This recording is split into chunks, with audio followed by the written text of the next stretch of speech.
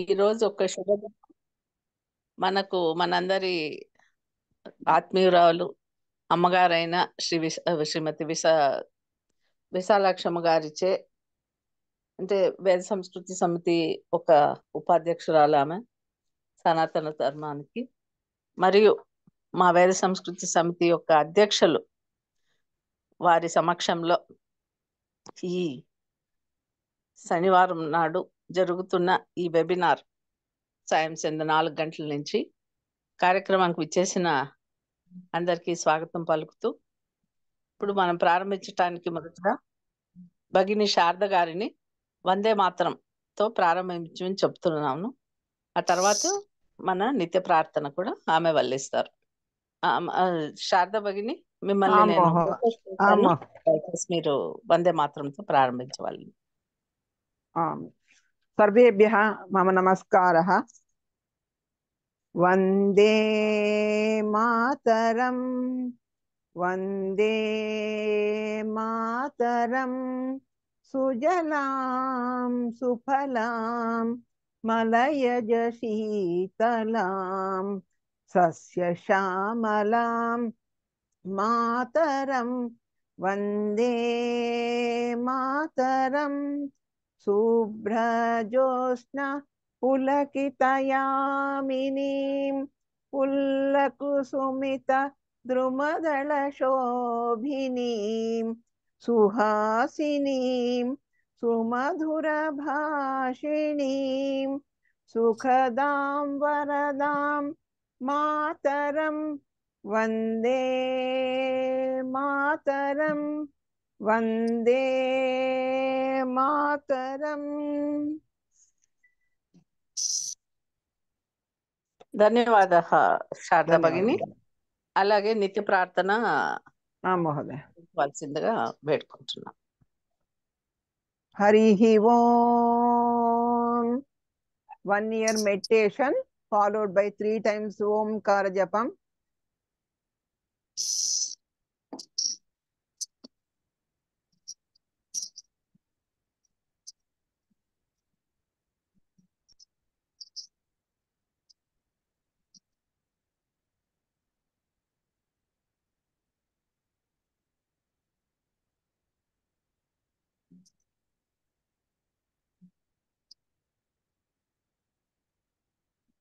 ఓం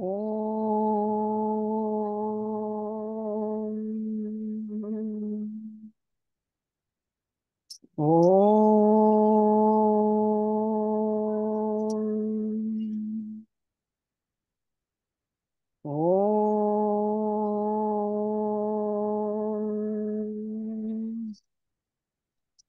ఓం గణానాం త్వా గణపతిగం హవామహే కవిం కవీనాముపవస్రవస్తవం జ్యేష్ఠరాజం బ్రహ్మణాం బ్రహ్మణస్పత ఆనః శృణ్వన్నోతిభిः సీదసాదనం.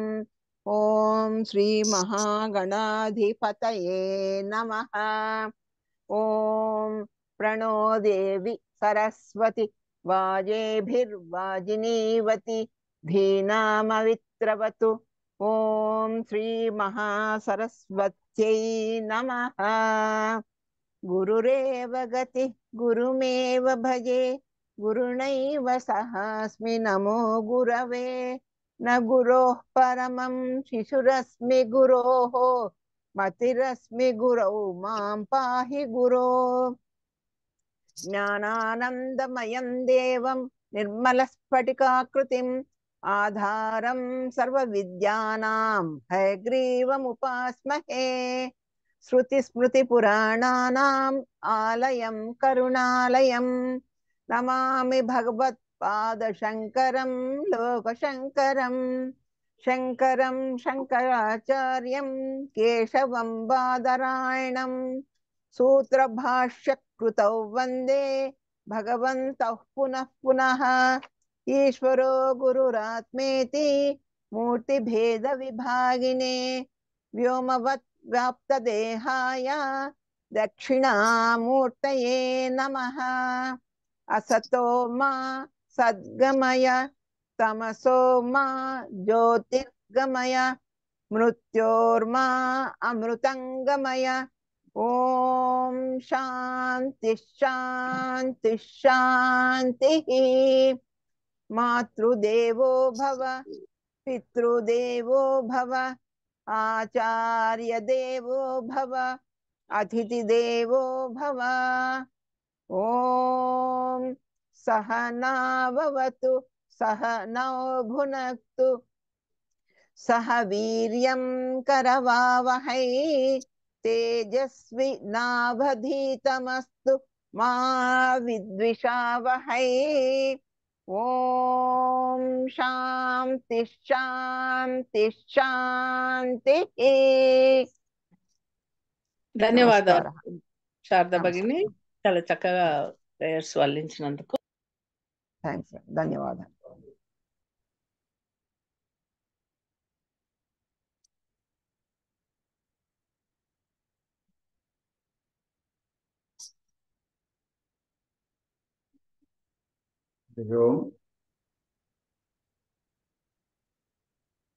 सर्वेभ्यः नमस्कारः।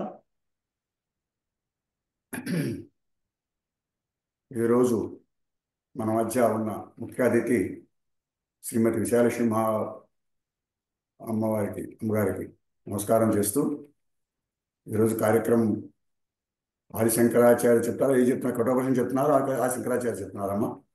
ఆదిశంకర భగవత్పాదులది మంత్రమాతృకా పుష్పమాల స్తోత్రం. మంత్రమాతృకా పుష్పమాల స్తోత్రాన్ని ఆరంభించవలసిందిగా ప్రార్థిస్తున్నాను. విశాలక్ష్మి గారి గురించి మీకు నేను పరిచయం చేయాల్సిన అవసరం లేదు. వారు ఇక్కడికి దాదాపుగా ఒక 50 పైనే మనకి 50 ఇంకో 100 పైనే లెక్చర్లు ఇచ్చింటారు ఈ సమూహంలో. కాబట్టి ప్రత్యేకంగా నేను వారి గురించి చెప్పాల్సిన అవసరం లేదు. వారు నాకు ఉపాధ్యక్షులు కూడా కాబట్టి ఇంకా వారిని నేను ఈ కార్యక్రమాన్ని ముందుకు జరిపించవలసిందిగా ప్రార్థిస్తున్నాను. ఓం శ్రీ మహాగణాధిపతయే నమః. ఓం శ్రీ పార్వతీ రాజరాజేశ్వరాభ్యాం నమః. ఓం శ్రీ మేధా దక్షిణామూర్తయే నమః. ఓం శ్రీ మహాసరస్వత్యై నమః. ఓం శివాయ గురవే నమః. ఓం నమః శివాయై చ నమః శివాయ. చేటీ భవన్నిఖిల ఖేటీ కదంబవన వాటీషు నాకి పటలీ కోటీర చారుతర కోటి మణి కిరణ కోటి కరంబిత పద పాటీర గంధి కుచ సాటి కవిత్వ పరిపాటి మగాధిపనగా కుచ సాటి కవిత్వ పరిపాటి మగాధిపసుతాం ఘోటి ఖురాదధి కథాటి ముదార ముఖ వీటి రసేన తనుతాం. జగన్మాత్రే నమో నమః. ఆది పరాశక్త్యై నమః. జగద్గురువులు శ్రీ ఆదిశంకర భగవత్ పూజ్య పాదాచార్యుల వారి చేత మనకి అనుగ్రహించబడిన మంత్ర మాతృకా పుష్పమాల స్తోత్రము షోడశోపచార పూజని మనము ఎలా చెయ్యాలో, అది మనకి 16 శ్లోకాలలో 16 ఉపచారాలని, 17వ శ్లోకంలో ఫలస్థుతి మనకు అనుగ్రహిస్తూ ఆదిశంకర భగవత్పాదులు ఆయన మానసికంగా అమ్మవారిని ఈ షోడశ ఉపచారాలతో పూజించారు 16 శ్లోకాలలో. దాన్ని ఇవాళ మనం తెలుసుకుందాము. ఎందుకంటే ఏ పని చేయాలన్నా షడ్భిర్మానవ యత్నైన సప్తమం దైవ చింతనం. తప్పనిసరిగా మనకి పరమాత్మ అనుగ్రహం ఉంటేనే మనం ఏమైనా మాట్లాడగలుగుతాం, ఏ పనులైనా చేయగలుగుతాము, ఏదైనా గ్రహించగలుగుతాము. కనుక అమ్మవారి అనుగ్రహం మనందరికీ కూడా కావాలి. మనకి ఆదిశంకర భగవత్పాదులు అనుగ్రహించి ఇచ్చిన స్తోత్రాలలో చాలా స్తోత్ర సాహిత్యం ఇచ్చారు ఆయన. స్తోత్ర సాహిత్యము, ప్రకరణ గ్రంథ సాహిత్యము, భాష్యాలని అందరికీ మన కోసం ఒక్కొక్క లెవెల్లో ఉన్న వారి కోసం ఆయన అనుగ్రహించారు. స్తోత్రాలలో అనేకమైనవి విశిష్టమైన ఉన్నాయి. వాటిలలో ఒకటి జగన్మాత యొక్క మానసిక పూజా స్తోత్రము, శ్రీ మంత్రమాతృక పుష్పమాల స్తోత్రము. ఆ పేరులోనే మనకి తెలుస్తోంది మన జగద్గురువులు ఏం చెప్పబోతున్నారు అన్నది పేరులో మనకి తెలియజేశారు. అందుకే ఈ స్తోత్రానికి కూడా అంత మంచి పేరు పెట్టారు ఆయన. ఆదిశంకర భగవత్పాదులు బ్రహ్మజ్ఞానాన్ని గ్రహించగలిగిన అర్హత ఉన్న మంచి ధీమంతులకు అంటే ఉత్తమాధికారులైన శిష్యుల కోసం భాష్య గ్రంథాలని రచించి ఇచ్చారు. ఇంకా జిజ్ఞాసతో జ్ఞాన సముపార్జన చేయాలి అని కోరే మధ్యమాధికారులం, మనమందరం ఇంచుమించుగా మధ్యమాధికారులము. సో మన కోసం అసంఖ్యాకమైన ప్రకరణ గ్రంథాలను ఇచ్చారు. ఇంకా మందాధికారులు అంటే జ్ఞానము అన్నది బ్రహ్మజ్ఞానం అంటే ఏమిటో అంత అవగాహన లేక కేవలము సగుణ సాకార ఉపాసన ద్వారా ఆ పరతత్వాన్ని తెలుసుకోవాలి అనే జిజ్ఞాసువులు, భక్తిభావం కలవారు. అలాంటి వారి కోసం అసంఖ్యాకమైన స్తోత్ర సాహిత్యాన్ని మనకు అనుగ్రహించారు. ఏ గుడికి వెళితే ఆ అమ్మవారి గురించి, ఏ నదీమ తల్లిని చూస్తే ఆ నదిని గురించి, ఏ ఊరికి వెళ్తే ఆ ఊరిలో ఉన్న దేవి దేవతల స్తోత్రాలన్నీ కూడా మనకి అనుగ్రహించి ఇచ్చారు. అంటే స్తోత్రము అని అంటే స్తుతి చేయడం కదా. భగవన్ నామ రూప గుణ లీలా మహిమలను, విభూతులను మనకు తెలిసేలాగా ఆ దేవీ దేవతల మూర్తులను గురించి చెప్పడమే స్తోత్రం చేయడం, ప్రార్థించడం. పరమాత్మను మనం సగుణ సాకార రూపంగా అర్చించేటప్పుడు, స్తోత్రించేటప్పుడు స్త్రీ దేవతామూర్తులను, పురుష రూప దేవతామూర్తులు, శివుడు గాని, విష్ణుమూర్తి, దక్షిణామూర్తి, ఇలా దేవతలను కూడా స్తోత్రం చేస్తాము. కానీ ఈ యావత్ విశ్వానికి కూడా ఆది పరాశక్తి ఆద్యా దేవి, మూల శక్తి ఆర్యా మహాదేవి అని అంటారు. కనుక మాతృమూర్తి విలువ తెలిసిన ఆదిశంకర భగవత్పాదులు జగన్మాతను సౌందర్య లహరి స్తోత్ర రాజంతో కీర్తించారు. అనేక దేవతలు, రాజరాజేశ్వరి దేవి స్తోత్రం, బాలాదేవి స్తోత్రం మనకి త్రిశతిలో సంపూర్ణంగా వ్యాఖ్యానం ఇచ్చారు. అమ్మవారిని లలితా పరాభట్టారికని మనకి దర్శింపజేస్తూ, అలా ఆయన దర్శించిన ప్రతి మూర్తిని కూడా స్తోత్రంలో మనకి అందించారు. ఆదిశంకర్లు చిన్ని బాలునిగా ఉన్నప్పుడే కనకధార స్తవం చేసి లక్ష్మీదేవిని, ఆ మహాలక్ష్మీదేవిని మెప్పించి ఆయన స్తోత్రంతో బంగారు ఉసిరికాయల వర్షం కురిపించేలా చేశారు. ఇదంతా మనకి తెలిసింది కదా కాలడిలో.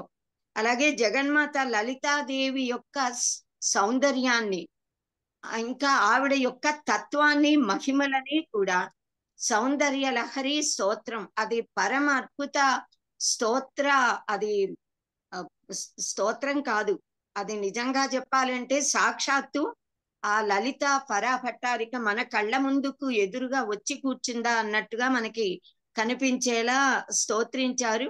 మహిమలన్నీ మంత్రతంత్ర శక్తియుతం అయిన శ్లోకాలని రచించారు. ప్రతి మంత్రము, ఆ ప్రతి శ్లోకము మంత్రమే, దానికి ఒక యంత్రం ఉంటుంది, అర్చన విధానం ఉంది, వాటి ఫలాలు కూడా ఉన్నాయి. అంత గొప్పది. ఇంకా లలితాదేవి యొక్క సౌందర్యం, దాన్ని లలిత సౌందర్య లహరి అన్నారు. లహరి అంటే ఇలా అలలు అలలుగా వస్తూనే ఉంటుంది, ఆనంద ప్రవాహం. ఇంకా 100 శ్లోకాలలో నృత్యించారు ఇది తన అంటే అమ్మవారిని సౌందర్య లహరిలో. సాక్షాత్తుగా కైలాసంలో ఉన్నటువంటి పార్వతీదేవి, ఈ శంకరులు కైలాసానికి వెళ్ళినప్పుడు ఈశ్వరుడు అనుగ్రహించి 5 స్ఫటిక లింగాలను అనుగ్రహించారు. అమ్మవారు ఎంతో ఆనందపడి సౌందర్య లహరి గ్రంథాన్నే ఇచ్చింది. ఆ గ్రంథాన్ని నిజానికి ఆది పరమేశ్వరుడు సాంబ సదాశివుడు తన అర్థాంగి అయిన అమ్మవారి గురించి రాసినది. ఆ గ్రంథాన్ని శంకర్లు తీసుకొస్తూ ఉంటే నందీశ్వరుడు ఇలా లాగేసుకున్నాడట. ఈశ్వరుడు అమ్మవారి గురించి చేసిన స్తోత్రము మానవులకి వెళ్ళడం ఏమిటి భూలోకానికి అని. అప్పుడు 41గా 59గా శ్లోకాలు విడిపోయాయి. సగం శంకర్ల చేతికి వచ్చింది, సగం నందీశ్వరులు ఉంచుకున్నారు తన చేతిలో. కానీ మళ్ళీ అమ్మవారి ఆదేశంతో ఆదిశంకర్లే దాన్ని కూడా పూర్తి చేసి మనకి సౌందర్య లహరి ప్రకరణ గ్రంథాలలో శ్రేష్టం దాన్ని అందించారు. అది స్తోత్ర రాజాలలో రాజము. ఇంకా కంచి కామాక్షి అమ్మవారితో మాట్లాడుతూ, అమ్మవారితో పాచికలు ఆడుతున్నట్లుగా ఆడుతూనే అమ్మవారిలోని రౌద్ర కళ అప్పుడు ఉండేది తామస కళ అని చెప్తారు. ఆ రౌద్ర కళని శ్రీచక్రంలో బంధించి అమ్మవారిని ఆ బిందు స్థానంలో కూర్చోబెట్టి సౌమ్యమూర్తిని చేశారట. ఇంకా శారదా మాతను స్తోత్రించారు. కాశ్మీరం వెళ్ళి శారదా అక్కడ ఉన్న బంగారు శారదా మాత విగ్రహాన్ని అమ్మవారి అనుగ్రహం పొంది సర్వజ్ఞుడు అని అనిపించుకుని సర్వజ్ఞ పీఠాన్ని అధిరోహించి సర్వజ్ఞ పీఠము ఆ శారదాదేవి బంగారు విగ్రహాన్ని తెచ్చి కంచిలో ప్రతిష్ఠించారు. తర్వాత కుంభకోణానికి వెళ్ళి మళ్ళీ అలా కంచికే వచ్చింది. సో అలా అప్పుడు అమ్మవారిని స్తోత్రించారు. ఇలా ఇంకా కాశీ వెళ్ళినప్పుడు కాశీ అన్నపూర్ణాదేవిని స్తుతిస్తూ అన్నపూర్ణ అష్టకం, గంగాదేవిని స్తుతిస్తూ గంగా స్తోత్రం, ఇంకా దుష్ట రాక్షసులను దునుమాడిన దుర్గామాతను ఆయన మహిషాసుర మర్దిని స్తోత్రంతో దుర్గా స్తోత్రంతో కూడా స్తోత్రించారు. ఇలా అనేక రకాలుగా. అలాగే దేవి నవరత్న మాలిక స్తోత్రంలో అమ్మవారి తత్వాన్ని నవరత్న మాలిక 9 శ్లోకాలలో వివరించారు. ఇంకా దేవి అపరాధ క్షమా స్తోత్రం, అందులో అమ్మ నాకు అసలు ఈ మంత్రాలు యంత్రాలు తంత్రాలు ఇవేమీ తెలియవమ్మా, కానీ నేను నీ బిడ్డను, నువ్వు నా తల్లివి అని మాత్రమే నాకు తెలుసు, కనుక నన్ను రక్షించు తల్లి. తల్లి ఎప్పుడూ పిల్లల్ని కాపాడుతుంది కదా, అలా నన్ను రక్షించమని ప్రార్థిస్తూ కుపుత్రో జాయేత క్వచిదపి కుమాత నభవతి అంటూ స్తుతించారు. ఇంకా భక్తితో భ్రమరాంబాదేవిని శ్రీశైలం వెళ్ళినప్పుడు శ్రీశైలంలోనే ఆయన శివానంద లహరిని రచించారు. భ్రమరాంబాదేవిని కూడా స్తోత్రించారు. రాజరాజేశ్వరి దేవిని స్తోత్రించారు. అమ్మవారి దివ్య రూపాలని దర్శిస్తూ అమ్మ మహిమను వెల్లడి చేసే స్తోత్రాలని మనకు అనేకం అందించారు. ఆదిశంకర్ భగవత్పాదులు అసలు ఏది రచించినా ఆయన ఏం మాట్లాడినా ప్రతి మాటకు పరమార్థం ఉంటుంది. ప్రతి స్తోత్రంలోనూ కూడా వెనకాల అద్వైత బోధ ఉంటుంది. శ్రీ విద్య ఉపాసకులు సౌందర్య లహరి స్తోత్ర గ్రంథాన్ని శ్రీచక్ర రహస్య అర్థాలను బోధించే స్తోత్ర గ్రంథంగా భావిస్తారు. శ్రీచక్ర అధిష్టాన దేవత ఆరాధన అని చెప్తారు.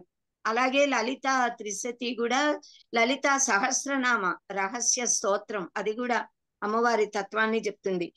భౌతికంగా మనం పూజకి కావలసిన వస్తు సామగ్రిని సమకూర్చుకుని పంచోపచార పూజ గాని షోడశ ఉపచార పూజ గాని సాధారణంగా చేస్తూ ఉంటాము.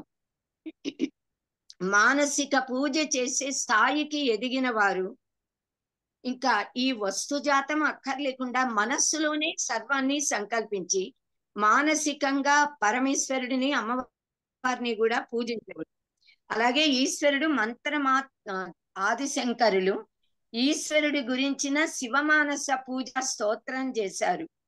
అందులో మానసికంగా సమస్త ద్రవ్యాలని సమకూర్చుకుని పరమేశ్వరుడికి ఎలా సమర్పించాలో చెప్పారు. అంటే మానసికంగా షోడశోపచార పూజలు చేశారు.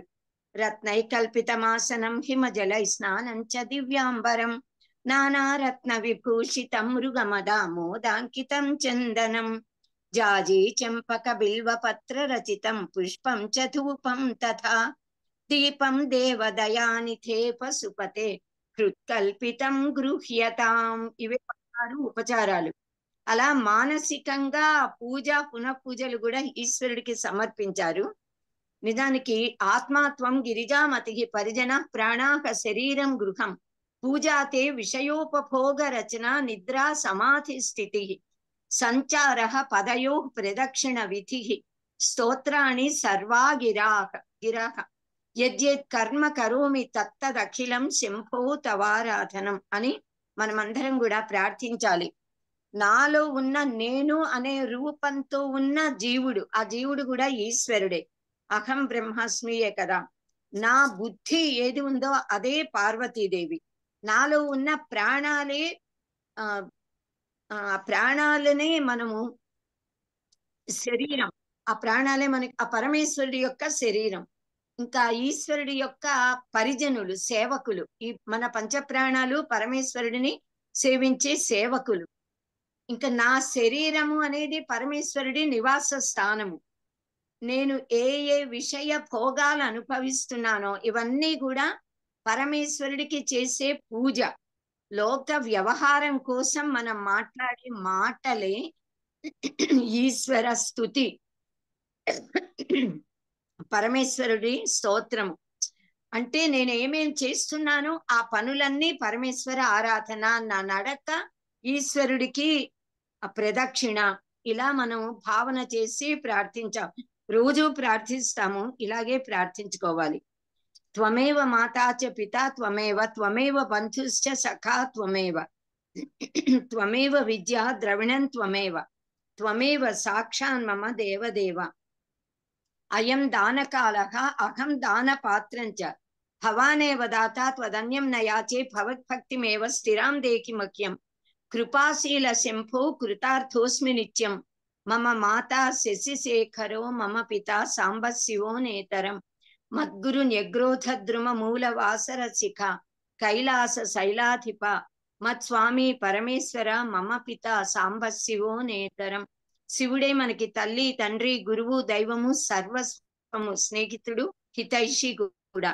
కనుక ఆ భావనతో సర్వస్వము పరమాత్మే, ఈశ్వరుడే అని అక్కడ ఎలా స్తోత్రించామో ఆదిశంకరులే మనకి నేర్పించారు. అదే విధంగా మంత్రమాతృక పుష్పమాల స్తోత్రంలో అమ్మవారినే, ఆవిడే మనకు తల్లి, తండ్రి, గురువు, దైవం, హితైషి, సర్వము అని మనం భావించి ఎలా షోడశ ఉపచార పూజ చెయ్యాలో దాన్ని మనకి నేర్పిస్తున్నారు. నువ్వు తప్ప అన్యథా శరణం నాస్తి, త్వమేవ శరణం మమ.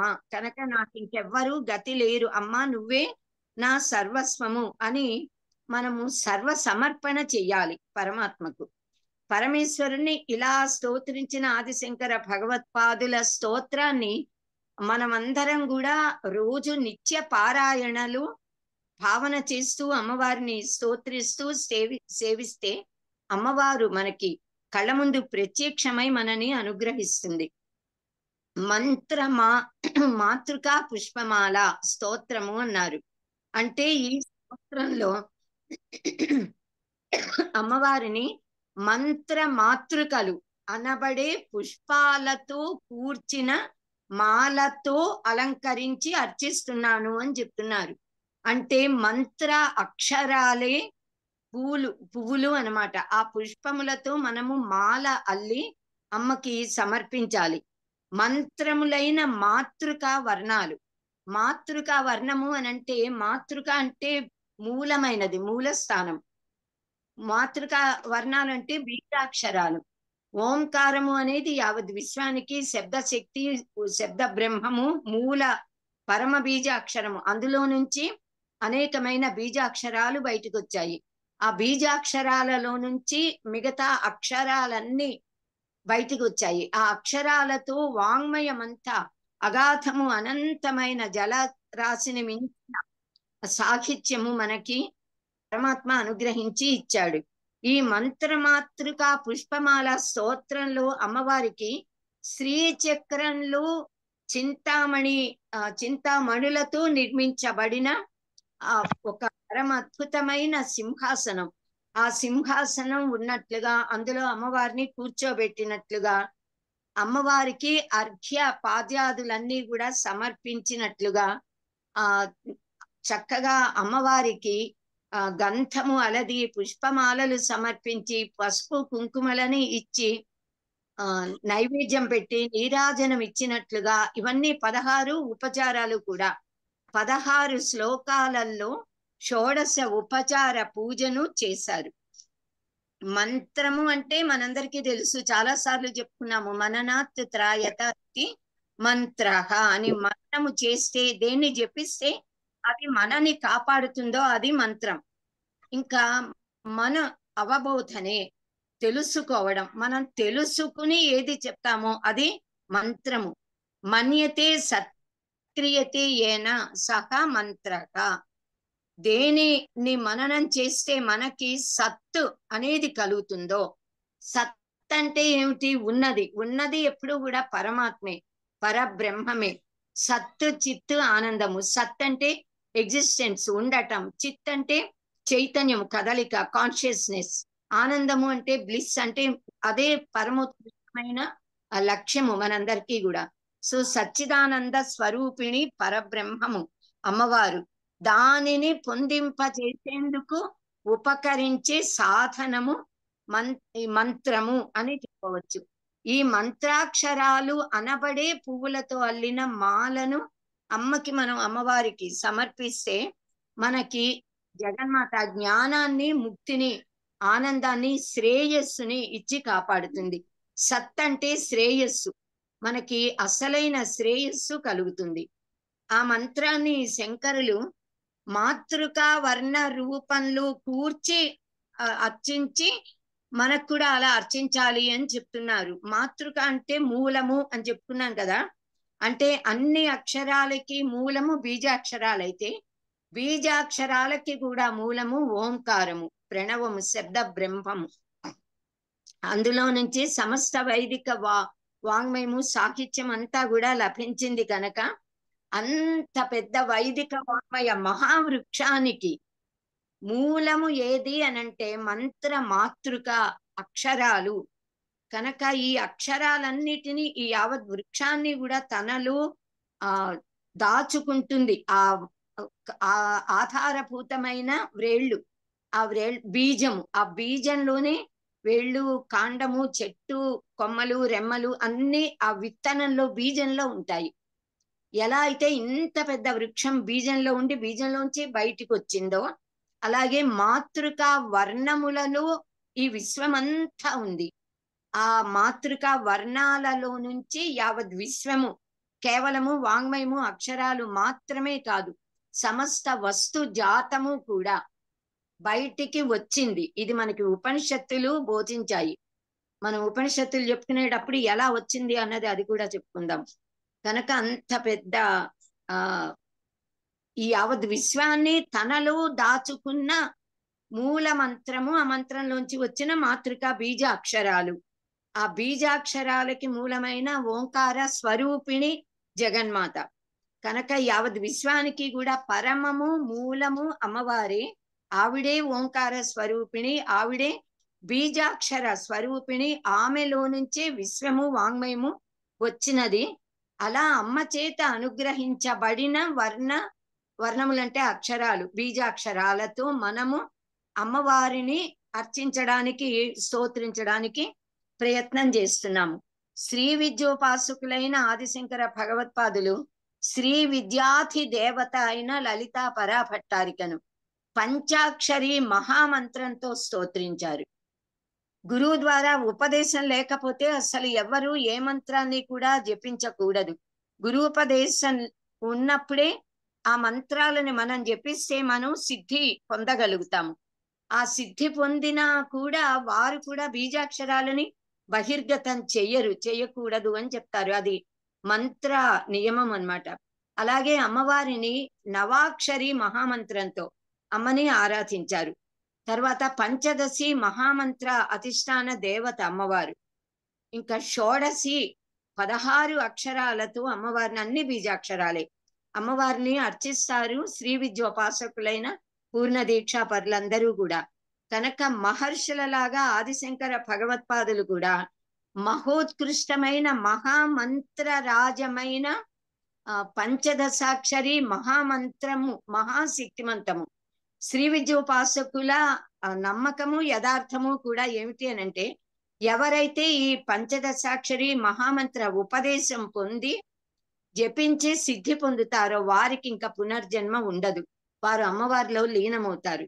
కానీ ఉపదేశం లేకుండా దాన్ని జపించకూడదు. కానీ ఆదిశంకర్లు అత్యంత కరుణతో, ఆయన కరుణాలయం కదా, శంకరాచార్యం అని అక్కడ మనం చెప్తూ, ఆయనే పరిపూర్ణమైన కరుణకి నిలయులు గనక మనకి పంచదశాక్షరి ఉపదేశం లేకపోయినా ఈ స్తోత్రంలో, ఈ 16 ఉపచారాల ఈ స్తోత్రంలో ఆ మంత్ర 16 అక్షరాలని కూడా, 15 కాదు 16 అంటే షోడశి మంత్రం యొక్క ప్రతి బీజాక్షరాన్ని ఈ 16 శ్లోకాలలోనూ నిక్షిప్తం చేశారు. మనం అసలు ఈ ప్రతి శ్లోకం యొక్క మొదటి అక్షరాన్ని లైన్ లో పెడితే మనకి ఆ మంత్రం వచ్చేస్తుంది. అవి చెప్పకూడదు కానీ అంత అద్భుతమైన పంచదశాక్షరి షోడశాక్షరి మహామంత్రాన్ని ఇందులో నిక్షిప్తం చేస్తూ శ్లోక రూపంలో స్తోత్ర రూపంలో మనకి ఇచ్చారు కనుక ఈ స్తోత్రం అత్యంత మహిమోపేతమైనది. సాక్షాత్తు ఆదిశంకర భగవత్పాదులే సాంబ సదాశివుడిగా మనందరికీ గురువై ఆది గురువై మనకి మహామంత్రోపదేశం చేస్తున్నారు. మనం అలా భావించి దీన్ని మంత్రోపదేశంగా స్వీకరించి ఈ స్తోత్రాన్ని మహామాల మంత్రంగా మనం మననం చేసి జపించినట్లయితే ఫలం మనకి లభిస్తుంది. ఎందుకంటే సాధారణంగా స్తోత్రాలన్నీ శక్తిమంతాలే. ఇవన్నీ కూడా ఎవరు జపించినా వారికి ఆ ఫలాన్ని ఇస్తాయి. ఇంకా మంత్ర మాతృకలు వాటితో స్తోత్రం చేస్తే వచ్చే ఫలం ఇంత అంత అని చెప్పడానికే వీలు కాదు. అనంతమైన ఫలదాయిని ఇది. స్తోత్ర పఠనం కంటే మంత్ర జప ఫలం అధికం. ఎందుకంటే మంత్రము అనంటేనే అది మహాశక్తిమంతం. ఇంకా అందులో కూడా అవి జపించేటప్పుడు మంత్ర జపం అప్పుడు కొన్ని అక్షరాల సంపుటిని మనం ఒక క్రమ పద్ధతిలో జపించేటప్పుడు నిర్ణీత సమయంలో నిర్ణీతమైన అంతరాలలో అలా ఉచ్చరిస్తున్న శబ్ద శక్తి, ఆ శబ్ద ప్రకంపనలు, అది మహోత్కృష్టమైన శబ్ద విస్ఫోటనం అందులో నుంచి కలుగుతుంది మన కంటికి కనిపించకపోయినా. కనుక బీజాక్షరయుత మంత్రశక్తి మననము మనకి తెలియకుండానే మనలోని ఆత్మని జాగృతం చేసి కుండలిని శక్తిని కూడా శక్తిమంతం చేసి మనలోని జీవాత్మని పరమాత్మతో అనుసంధాన పరచి మనకి జ్ఞానాన్ని, తన్మయత్వాన్ని, ఆనందాన్ని, ముక్తిని అనుగ్రహిస్తుంది. ఇంకా శ్రీ విద్యోపాసకులు ఉపదేశం పొంది జపించే పంచదశాక్షరి మహామంత్రంలోని ఒక్కొక్క అక్షరంతో ఒక్కొక్క శ్లోకాన్ని ప్రారంభించి రచించారు దీన్ని. కనుక ఉపదేశం పొందకుండా కూడా ఈ శ్లోకాలు జపించి మనం పూజించిన ఏ దోషము రాదు, మంత్రాన్ని జపించిన ఫలం మనకి లభిస్తుంది. కాళిదాస మహాకవి శ్యామలా దండకంలో మధ్యలో అన్నమాట, సుధా సముద్రాంత హృజ్యన్మణి ద్వీప సంరూఢ బిల్వాట విమధ్య కల్పద్రుమా కల్ప కాదంబ కాంతార వాస ప్రియే కృత్తివాస ప్రియే అంటూ వర్ణించారు కదా. అక్కడ ఎలా వర్ణించారు? వసిన్యాది వాగ్దేవతలు కూడా జగన్మాత లలితాదేవిని లలితా రహస్య సహస్రనామ స్తోత్రంలో అలాగే వర్ణించారు. సుమేరు శృంగ మధ్యస్థ శ్రీమన్ నగర నాయిక చింతామణి గృహాంతస్థ పంచ బ్రహ్మాసన స్థిత మహాపద్మాటవీ సంస్థ కదంబ వనవాసిని సుధాసాగర మధ్యస్థ కామాక్షి కామదాయిని అనంటే ఇలా వర్ణించారు కదా. అమ్మవారి నివాస స్థానం ఎలా ఉంటుందో అక్కడ చెప్పారు. అదే ఇక్కడ మళ్ళీ ఆదిశంకర్ ఇందులో కూడా మంత్ర మాతృక పుష్పమాల స్తోత్రంలో కూడా ప్రథమ శ్లోకంలో అలాగే భావించారు, వర్ణించారు. అత్యంత లాలిత్యమైన లలితమైన శృతి సుభగమైన సంగీత స్వరంతో మృదువైన ఆహ్లాదకరమైన మనోరంజకమైన ఛందస్సులో రచించబడ్డ ఈ శ్లోకాలు ఎంతో మెలోడియస్ గా అంటుంటామే, అలా మృదు మధురంగా శృతి సుభగంగా ఉంటాయి. వింటూ ఉంటే మనకి తెలియకుండా ఒక అలౌకికమైన ఆనంద పారవస్యం కలిగి ఆనందంలో తన్మయులమవుతాం, మన మునకలేస్తాము. అంత బాగుంటాయి ఇవి ఈ మంత్ర శ్లోకాలు. అమ్మవారు అమృత సాగరమైన సుధా సాగరం, ఆ సుధా సముద్రంలో విరాజమానమై ఉన్న ఒక మణిద్వీపం. ఆ మణిద్వీపంలో చింతామణి గృహము, అందులో ఒక సింహాసనము, అందులో అమ్మవారు ఆ బిందు స్థానంలో కూర్చుని ఉంటుంది.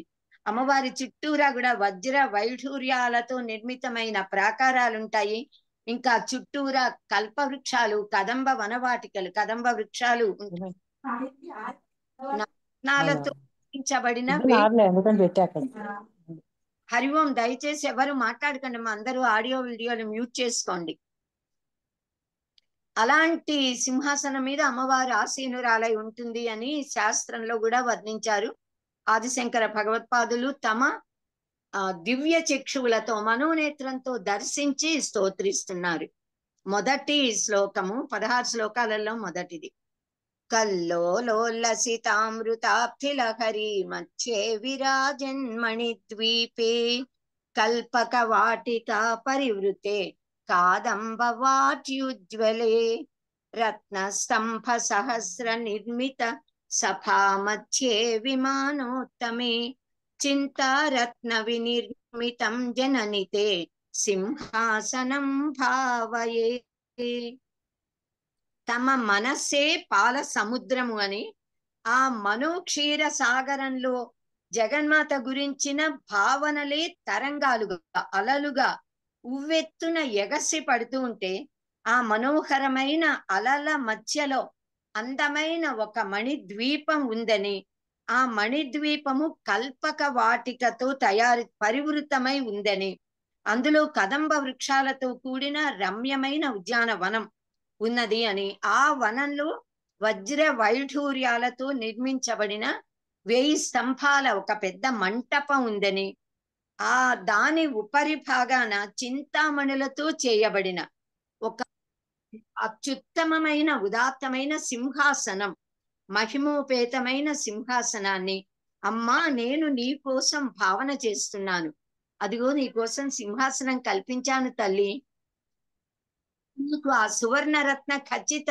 సింహాసనాన్ని సమర్పిస్తున్నానమ్మా, అమ్మా నీవు వచ్చి ఆ సింహాసనం మీద కూర్చో తల్లి, ఆసీనురాలివి అవమ్మా, చక్కగా సుస్థిరంగా నా హృదయ సింహాసనంలో నీవు వచ్చి వేంచేసి నా హృదయ సింహాసనంలో ఆసీనురాలివి అవమ్మా అంటూ ఈ శ్లోకంలో ప్రార్థించారు. ఇలా మనం ఆవాహన చేసి అమ్మవారిని మన హృదయంలోకి పిలిస్తే అమ్మవారు వచ్చి మన హృదయంలో, హృదయ కుహరము అని అంటారు, హృదయ పద్మము అని అంటారు, ఆ హృదయం అనేది నివాస స్థానం, అందులోకి అమ్మ వచ్చి కూర్చుంటుంది. అంటే మానసికంగా జగన్మాతను ఆమె తన లోకంలో మణిద్వీపంలో ఎలా ఉంటుందో అలా మన మనస్సు అనేది కూడా మణిద్వీపమే. మణి అంటే ప్రకాశించేది, ప్రేమతో, ఆదరంతో, గౌరవంతో, భక్తితో, జ్ఞానంతో ప్రకాశించేది, అందులో అమ్మని కూర్చోబెట్టాలి. భావన మాత్ర సంతుష్టావై దేవా అని ఒక సూక్తి. దేవతలు భావనతో ఆనందిస్తారు, మనం భావనతో భావించి అన్ని సమర్పించినట్లు భావిస్తే వారు నిజంగా స్వీకరిస్తారు. కనుక మానసికంగా షోడశోపచార పూజ చెయ్యటం అన్నది బాహ్యంగా వస్తుజాతంతో చేసే పూజ కంటే ఉత్కృష్టమైనది అని మనకి సర్వశాస్త్రాలు, భగవద్గీతలో కూడా చెప్పారు, అన్ని గ్రంథాలలోనూ చెప్తున్నారు. భగవంతుడు మనకి పంచ జ్ఞానేంద్రియాలను ఇచ్చినందుకు కృతజ్ఞతగా ప్రతి మనిషి ప్రతిరోజు కనీసం పంచోపచార పూజ చెయ్యాలి, చేసి తీరాలి, అది కర్తవ్యము, బాధ్యత. చెయ్యకపోతే కృతజ్ఞుడు అవుతాడు. మనం ప్రకటించవలసిన కృతజ్ఞత ప్రకటించకపోవడం పాపహేతువు. అంటే గంధం, పుష్పం, ధూపం, దీపం, నైవేద్యం కనీసం ఇవి సమర్పించి పంచోపచారాలతో పూజించాలి. సర్వసాధారణంగా మనందరం ప్రతిరోజు కూడా మన ఇళ్లలో, ఆ తర్వాత అర్చక స్వాములు ఆలయాలలో కూడా షోడశోపచార పూజ చేస్తూ ఉంటాం, మనం కూడా చేస్తాం. ఆలయాలలో విశేష పూజలప్పుడు చతుషష్ఠి ఉపచారాలతో పూజిస్తూ ఉంటారు, 64 ఉపచారాలతో భగవంతుణ్ణి సేవిస్తారు. మనము షోడశోపచార పూజ చేసేటప్పుడు ధ్యానము, ఆవాహన, ఆసనం సమర్పించడం, ప్రాణ ప్రతిష్ఠ చేస్తాము. అర్ఘ్యం, పాద్యం, ఆచమనీయం, పంచామృత స్నానం, ఔపచారిక స్నానం అంటాము. శుద్ధోదక జల స్నానం, వస్త్రయుగ్మం, సువర్ణ యజ్ఞోపవీతాన్ని ఇస్తాము. గంధం, పుష్పం, ధూపము, దీపము, పుష్పమాలలు, అక్షతలతో పూజ చేస్తాం. మనం నైవేద్యం సమర్పిస్తాము, తాంబూలం సమర్పిస్తాము. ఇవి 16 కూడా ఉపచారాలు. తర్వాత ప్రదక్షిణ నమస్కారాలు చేసి సాష్టాంగ నమస్కారము, పంచాంగ నమస్కారము, ఏది యుక్తమో అలా చేసి మంత్ర పుష్ప సమర్పణ చేసి పునః పూజ చేస్తాము. పునః పూజలు ఛత్ర, చామర, నృత్య, గీత, ఆందోళిక, ఆరోహణ, అశ్వారోహణ, గజారోహణ, ఇంకా కిన్నర కింపురుష సేవ, అనేకమైన సేవలు, సర్వోపచార, రాజోపచార, దేవోపచార, కిన్నర కింపురుషోపచార చారాది సమస్త ఉపచారాన్ని సమర్పయామి అంటాం మనమందరం కూడా. తర్వాత నిత్య పూజలో ఎప్పుడూ ఉద్వాసన ఉండదు. భగవంతుడు ఎప్పుడూ మన గృహంలో మన హృదయంలో కొలువై ఉంటాడు. నైమిత్తిక పూజలప్పుడు ఆవాహన, తర్వాత ఉద్వాసన. ఎక్కడి నుంచి వచ్చారో అక్కడికి పంపడం అనేది, స్వస్థలానికి పంపడం ఉంటుంది. ప్రప్రథమంగా మనం ఆరాధించబోయే ఆ మూర్తిని మన మనస్సులో నింపుకోవాలి. హృదయంలో మనస్సుతో మనం హృదయంలో ఉన్న ఆ మూర్తిని ధ్యానించాలి. ప్రతి పూజ కూడా ప్రారంభంలో ఆ దేవత ధ్యాన శ్లోకం ఉంటుంది. అంటే షడంగ పూజ అనేది తప్పనిసరిగా చేస్తాము. అంగన్యాస కరన్యాసాలతో మంత్రోపదేశం ఉన్నప్పుడు ఆ షడంగ పూజకి ముందర ధ్యాన శ్లోకం.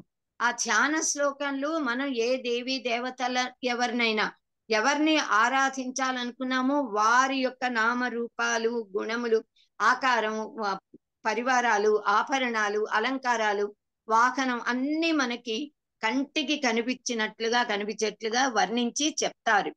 సో ఆ ధ్యాన శ్లోకంతో ఆ మూర్తిని మనం ధ్యానించాలి. తర్వాత మనం పూజిస్తున్న విగ్రహాలో, పటాలో, లేదా పసుపు ముద్ద, లేదా కలశం, పటము ఏదైనా సరే అది ప్రతీక ఉపాసన అంటాము. పసుపు ముద్ద చేసి గణపతిని ఆవాహన చేస్తాము. ఇక్కడ గణపతిని పూజిస్తూ పరబ్రహ్మను మనం పూజిస్తున్నాము.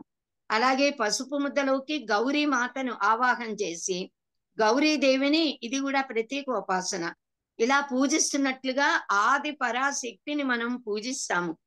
అలా అమ్మవారికి గాని శివుడికి గాని ఎవరికైనా ఆసనం వేయాలి, వాళ్ళని ఆవాహన చేయాలి. వచ్చాక సింహాసనం కూర్చోబెట్టాలి. ఆసనం కూర్చున్న తర్వాత కాళ్ళు కడగాలి, పాద్యంతో అర్ఘ్యం ఇవ్వాలి. తర్వాత పరమాత్మకి కాళ్ళు కడిగినప్పుడు ఆ నీరు మన తల మీద చల్లుకోవాలి భక్తిగా. ఇలా ఒక్కటి తర్వాత ఒకటిగా ఉపచారాలు చేయాలి. తినడానికి పెట్టాలి, తాగడానికి నీరు ఇవ్వాలి. తర్వాత మళ్ళీ చేతులు కడుక్కోవడానికి అర్ఘ్యంతో అమ్మవారి స్వామివారి ఆ చేతులు కడగాలి. తాగడానికి మంచినీళ్ళు ఇవ్వాలి. పంచామృతాలతో, శుద్ధోదక జలంతో, గంగా జలంతో చక్కగా అభిషేకం చేయాలి, స్నానం చేయించాలి. స్నానానంతరం మళ్ళీ శుద్ధాచమనీయం ఇవ్వాలి. తర్వాత వస్త్రయుగ్మం సమర్పించాలి. చీర, జాకెట్టో, పంచ ఉత్తరీయమో ఏదైనా వస్త్రయుగ్మం. తర్వాత సువర్ణ యజ్ఞోపవీతాన్ని ధారణ చేయించాలి. సువర్ణ ఆభరణాలను ఇవ్వాలి అమ్మవార్లకి. మరీ విశేషంగా సుగంధ భరితమైన చక్కని పూలమాలను ఇవ్వాలి. ఆ పూలమాలను గాని, పుష్పాన్ని గాని గంధంలో, శ్రీగంధంలో, సువాసన భరితమైన గంధంలో తడిపి దాన్ని సమర్పించాలి అమ్మవారికి, శివుడికి, ఈశ్వరుడికి. తర్వాత పుష్పాలతో పూజించాలి, అక్షతలతో పూజించాలి, పూలమాలను సమర్పించాలి.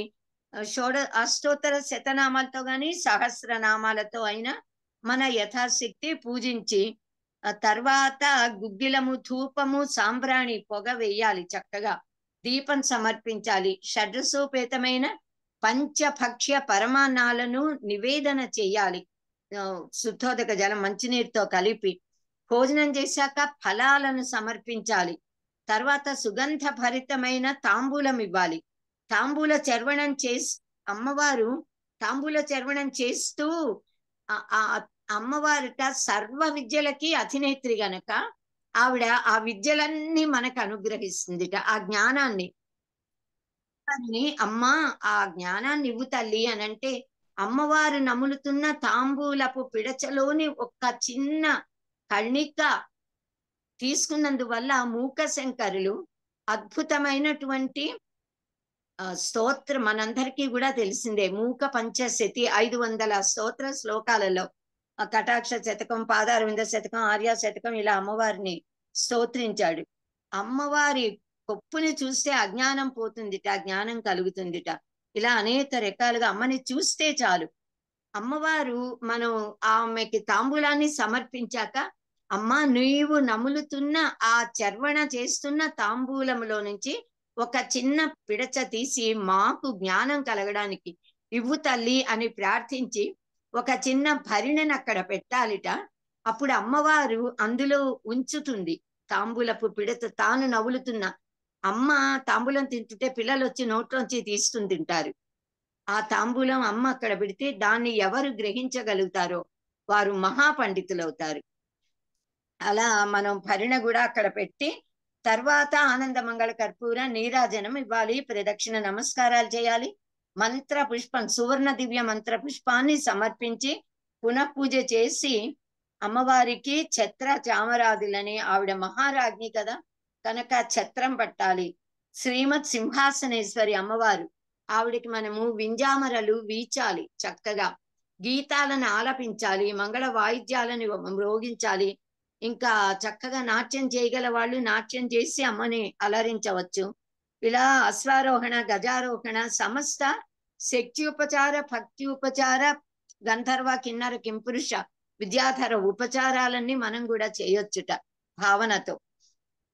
అప్పుడు అమ్మవారు మనని అనుగ్రహించి ఇచ్చిన ప్రసాదాన్ని మనం స్వీకరించి ధన్యులం అవ్వాలి. ఇలా ఆదిశంకర్లు మొట్టమొదటి శ్లోకంలో ఆవాహన చేశారు, సింహాసనాన్ని సమర్పించినట్లుగా భావం చేశారు. ఇంకా రెండవ శ్లోకంలో ఏణాంకానల భాను మండల శ్రీ చక్రమధ్యే స్థితాం బాలార్కద్యుతి భాసురాం కరతలైకి పాశాం కుశౌ బిభ్రతీం చాపం బాణమపి ప్రసన్న వదనాం కౌసుంభ వస్త్రాన్వితాం తాం త్వాం చంద్రకళావతం సమకుటాం చారు స్మితాం భావయే. ఈ శ్లోకంలో అమ్మవారి రూపాన్ని ధ్యానిస్తున్నారు. ఏణము అంటే జింక, ఏణాంక చంద్రుడిలో ఉన్న కుందేలు, అంటే చంద్రుడిలో మచ్చ కనిపిస్తుంది కదా, అది కుందేలు అని చెప్తూ ఉంటాం అన్నమాట. ఓ జింక ఉంది అని కొంతమంది అంటారు, ఏణాంకం. ఒక ముసలం ఉంది అనేమో కొంతమంది చెప్తారు. ఇలా ఒక్కొక్కళ్ళు ఒక్కో విధంగా భావన చేస్తారు. ఆ చంద్ర మండలంలో అమ్మవారుంది అని భావిస్తూ ఉంటారు. కనుక ఏణాంకం అంటే జింక గుర్తు, గుర్తు లోపల కలిగినటువంటిది. అంటే చంద్రుడు, అనలము అంటే అగ్ని, భాను అంటే సూర్యుడు, భా టు షైన్ ప్రకాశం, ప్రకాశించడం కదా సూర్యుడు. చంద్రుడిని సూర్యుడిని అగ్నిని కూడా అమ్మవారు త్రినేత్రములుగా కలిగి ఉంది. సూర్యుడు చంద్రుడు అమ్మవారి తాటంకములుగా ఉన్నాయని వర్ణిస్తారు. అలా సూర్యమండలాల కాంతితో చంద్రుని తేజస్సుతో, చంద్రుని వంటి ఆహ్లాదకత్వంతో, అగ్ని వంటి తేజస్సుతో అమ్మవారు ప్రకాశిస్తూ శ్రీచక్రం మధ్యలో ఉపస్థితురాలై ఉందిట. బాలభానుని కాంతితో ప్రకాశిస్తూ ఉన్న ఈ జగన్మాత 4 చేతుల్లో కూడా పాశము, అంకుశము, చాపము, బాణము ధరించి ఉందిట. ప్రసన్నమైన వదనంతో, చల్లని చూపులతో అమ్మ మనందరినీ, భక్తులందరినీ చూస్తోంది. సూర్యోదయ సూర్యాస్తమయ సమయాలలో ఆకాశంలో కనిపించే ఆ బంగారు రంగు ఎరుపు రంగుతో కలిసి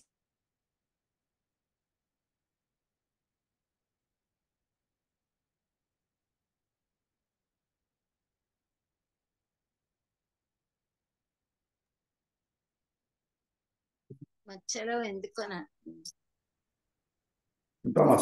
ఎందుకో ఇంటర్నెట్ కట్ అయినట్టుంది, మళ్ళీ అదే వచ్చింది. సో ఆ సూర్యకాంతితో ప్రకాశిస్తూ ఉన్న ఈ తల్లి అంటే సూర్యోదయ సూర్యాస్తమయ సమయాలలో అరుణ వర్ణంతో, బంగారు వర్ణంతో, ఎరుపు వర్ణం కలిసినటువంటి వర్ణంలో ఉంటుంది. ఆ వర్ణంలో ఆ వర్ణాన్ని కౌసుంభ వర్ణము అని అంటారు. అలాంటి కౌసుంభ వర్ణంతో ప్రకాశిస్తున్న కిరీటాన్ని ధరించి ఉంది అమ్మవారు. చిరునవ్వుతో ప్రకాశిస్తున్న తల్లి, నిన్ను నేను ప్రార్థిస్తున్నానమ్మా అంటూ ఈ శ్లోకంలో భావన చేశారు. అమ్మవారి 3 కళ్ళు కూడా సోమ సూర్య అగ్నులు, తాటంక యుగళీభూత తపనోడుప మండల అని చెప్పారు కదా శంకర్లే. సూర్య చంద్రులను అమ్మవారు చెవి కమ్మలుగా ధరించిందని వసిన్యాది వాగ్దేవతలు కీర్తించారు. అంటే కాలము అమ్మవారి అధీనంలో ఉంది అని చెప్పడం. అమ్మవారి అనుగ్రహం ఉంటే కాలం మనకి అనుకూలంగా ఉంటుంది. ఇంకా 3వ శ్లోకం, ఈశానాది పదం శివైక ఫలదం రత్నాసనం తే శుభం పాద్యం చందన కుంకుమాది భరితైరర్ఘ్యం సరత్నాక్షతైః శుద్ధైరాచమనీయకం తవ జలైర్భక్త్యా మయా కల్పితం కారుణ్యామృత వారిధే కారుణ్యామృత వారిధే తదఖిలం సంతుష్టయే కల్పతాం.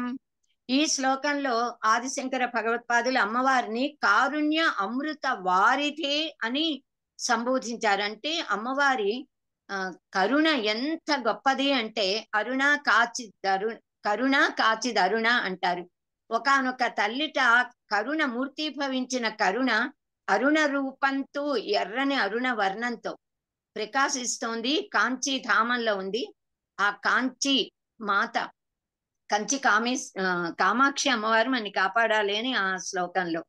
సో అమ్మవారి యొక్క కరుణ అనేది అపారము, అనంతము, అది సముద్రం లాంటిది. అలాంటిది కారుణ్య సముద్రము జలనిధి అయిన తల్లి, నీవు సంతృప్తి చెందడానికి నేను ఇవన్నీ ఇస్తున్నానమ్మా. నీవు కనుక సంతోషించినట్లయితే మమ్మల్ని అనుగ్రహిస్తావు కదా.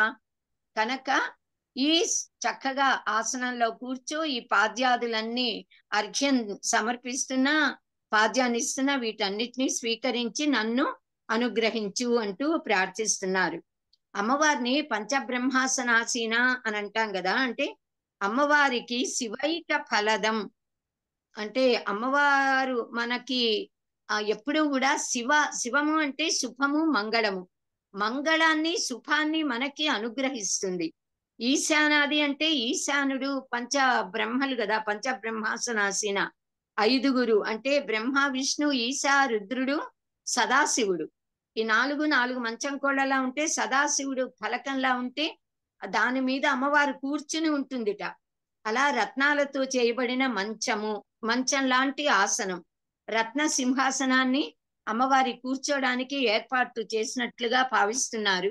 ఇంకా కుంకుమ చందనాదులతో కలిపిన పాద్యంతో అమ్మవారి పాదపద్మాలను కడిగి ఆ నీరు తల మీద చల్లుకుని రత్న అక్షతలతో అర్ఘ్యాన్నిచ్చి చేతులు కడిగి భక్తితో శుద్ధోదకాన్ని, పవిత్రమైన జలాన్ని త్రాగడానికి ఆచమనీయంగా సమర్పిస్తున్నాను తల్లి. ఇవన్నీ నీకు సంతృప్తి కలిగించాలి అని ప్రార్థిస్తున్నానమ్మా అంటూ స్తోత్రిస్తున్నారు. 4వ శ్లోకం. లక్ష్యే యోగి జనస్య రక్షిత జగజ్జాలే విశాలే క్షణే ప్రాళేయాంబు పటీర కుంకుమల సత్కర్పూర మిశ్రోదకైః గోక్షీరైరపి నారికేళ సలిలైః శుద్ధోదకైర్మంత్రితైః స్నానం దీవిధియామయైతదఖిలం సంతుష్టయే కల్పతాం.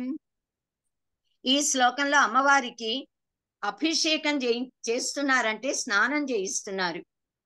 అమ్మవారిని విశాలేక్షణే, విశాలే అక్షిణి యస్యాహస, విశాలమైన కన్నులతో యావత్ విశ్వాన్ని అమ్మవారు శతాక్షిలా దర్శించింది. అంటే ఒకప్పుడు కరువు వచ్చినప్పుడుట శతాక్షిలా దర్శించి పళ్ళని అన్నిటినీ కూడా తీసుకొచ్చి ప్రజలందరికీ కూడా ఇచ్చి కరువును పోగొట్టింది అని చెప్తారు. సో అమ్మవారుట ఇలా విశాలమైన సూర్యుడు, చంద్రుడు అనే నేత్రాలతో విశ్వానంతా కూడా దర్శిస్తూ సర్వ ప్రాణికోటిని కూడా రక్షిస్తోంది జగన్మాత. యోగి జనుల లక్ష్యము, గమ్యమైనటువంటి ఆ జగన్మాత ఆవిడ యొక్క చల్లని చూపులతో జగత్తుని రక్షిస్తోంది. కనుక అమ్మ నీవు రెప్ప వాల్చావా సృష్టి మునిగిపోతుందిట, ప్రళయం. కనుక అమ్మవారు ఎప్పుడు కూడా రెప్ప వెయ్యకుండా విశ్వాన్ని కాపాడుతూ ఉంటుందిట. తెల్లవారేటప్పటికల్లా నీ చల్లని చూపులతో అందరినీ కూడా రక్షిస్తూ, మేము పడుకున్నప్పుడు కాపాడుతావు, లేచినప్పటి నుంచి పడుకునేదాకా మమ్మల్ని రక్షిస్తూ ఉంటావమ్మా అని ప్రార్థించి శ్రేష్టమైన కుంకుమతో, కుంకుమ పువ్వుతో, కర్పూరం కలిపిన శుద్ధోదక జలంతో, ఆవు పాలతో, పంచామృతాలతో, నారికేళ జలంతో, శుద్ధోదక గంగా జలంతోనూ అమ్మవారికి అభిషేకం చేసి ఆనందంతో మంత్రపూతమైన శుద్ధోదకంతో గంగా జలంతో స్నానం చేయిస్తున్నట్లుగా ఆదిశంకర్లు ఈ శ్లోకంలో భావం చేశారు. మనం కూడా అలాగే భావం చేయాలి. అమ్మవారిని అభిషేకిస్తున్నట్లుగా, అమ్మ మేము సమర్పించే ఈ అభిషేకాన్ని స్వీకరించి నీవు సంతృప్తి చెంది మమ్మల్ని అనుగ్రహించమ్మా అని ప్రార్థిస్తే అమ్మవారు కాపాడుతుంది. 5వ శ్లోకం. హ్రీంకారాంకిత మంత్ర లక్షిత తనో హేమాచలాత్ సంచితైః రత్నైరుజ్వలముత్తరీయ సహితం కౌసుంభవర్ణాం సుఖం ముక్తా సంతతి యజ్ఞసూత్రమమలం సౌవర్ణతంతు ఉద్భవం దత్తం దేవి ధియా మయైతదఖిలం సంతుష్టయే కల్పతాం. హ్రీంకారాంకిత మంత్రలక్షిత తను అమ్మవారు. ఆవిడకి రత్నైహి ఉజ్వలం ఉత్తరీయ సహితం కౌసుంభ వస్త్రం వర్ణాంశుకం సమర్పిస్తున్నారు ఇక్కడ.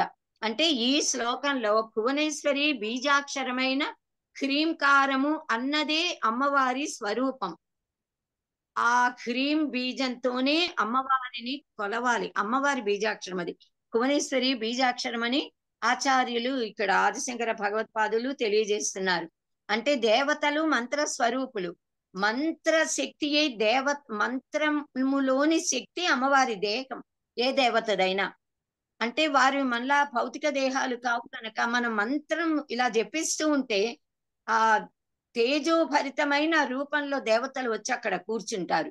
ఏ మంత్రం జపిస్తే ఆ మంత్ర అధిష్టాన దేవతలు. ఇప్పుడు సాక్షాత్తుగా ఆదిపరాశక్తి లలిత పరాభట్టారిక జగన్మాత ఇక్కడ మనందరి ముందర కూర్చుని మనం సమర్పిస్తున్న ఈ పూజని స్వీకరిస్తోంది కనుక ఈ తేజోరూపులైన మంత్రభరిత శక్తి భరితమైన బీజాక్షర జపం వల్ల అమ్మకి దేహం ఏర్పడుతుంది. అమ్మవారి బీజాక్షరం హ్రీం అని చెప్పుకున్నాం కదా. ఈ శ్లోకంలో అమ్మవారిని హ్రీంకార అంకిత మంత్ర లక్షిత తనో అంటూ సంబోధించారు. హ్రీంకార మంత్రమే అమ్మవారి శరీరం. అంటే హ్రీంకారంతో కూడిన మంత్రముతో తెలియబడుతున్న తల్లి అని మనం భావించవచ్చు.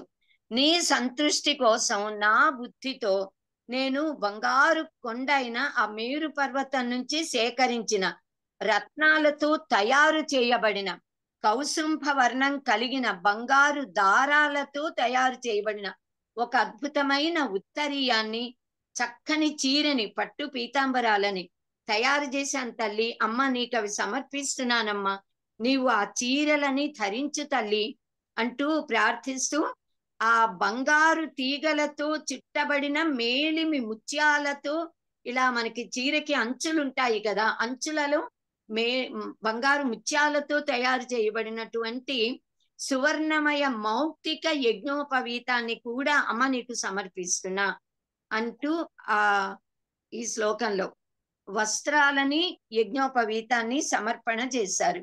ఇవన్నీ నీకు సంతృప్తి కలిగిస్తున్నాయి, నన్ను అనుగ్రహిస్తావు అని భావిస్తున్నానమ్మా అంటున్నారు. ఇంకా 6వ శ్లోకం.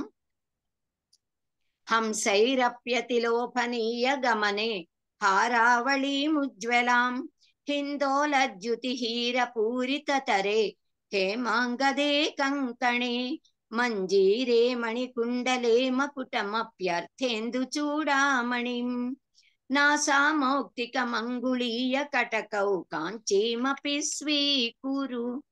ఇంకా జగన్మాతకి ఈ శ్లోకంలో హంసలకి కూడా అసూయ కలిగించే మందగమనము కలదాన. హంసలని మరాళి మందగమన అని అమ్మవారిని అంటాము. మరాళము అంటే ఆడహంస. హంసలు అందంగా నడుస్తాయిట. ఆ హంసలు కూడా అమ్మవారి నడక చూసి సిగ్గుపడతాయిట. అలాంటి మందగమనము కదా తల్లి అంటూ సంబోధించారు ఆచార్యులు. మరాళి మందగమన మహాలావణ్య సేవకి. లావణ్యము అంటే లవణస్య భావం లావణ్యం అని అంటారు. నిగారింపు, నిగనిగలాడుతూ ఉంటుంది. ఉప్పు కళ్ళు పెద్దది తీసుకుంటే ఇలా మెరిసిపోతున్నట్లుగా ఉంటుంది. అమ్మవారు అలా ఉంటుందిట. అంటే లోకంలో కవులు జనరల్ గా కావ్యాలలో నాయికలని హంస గమన అంటూ హంసలా వయారంగా నడుస్తుంది నెమ్మదిగా అని అంటారు కదా. అది రాజసానికి, టీవీకి, అందానికి కూడా ప్రతీక. అందుకని అమ్మవారిని కూడా అలా వర్ణిస్తున్నారు ఇక్కడ. ఆ రాజహంసలు అమ్మవారి దగ్గర అలాంటి హొయలుగా నడిచే నడక నేర్చుకున్నాయిట హంసలన్నీ కూడా. కనుక అవి అమ్మవారిని చూసి ఈర్ష్య పడతాయిట. ఎందుకంటే ఆవిడ దగ్గర నడక నేర్చుకున్నాయి కనుక తమ కంటే అమ్మవారు గొప్ప అనే ఈర్ష్య ఆ రాజహంసలకి, రాయంచలకి.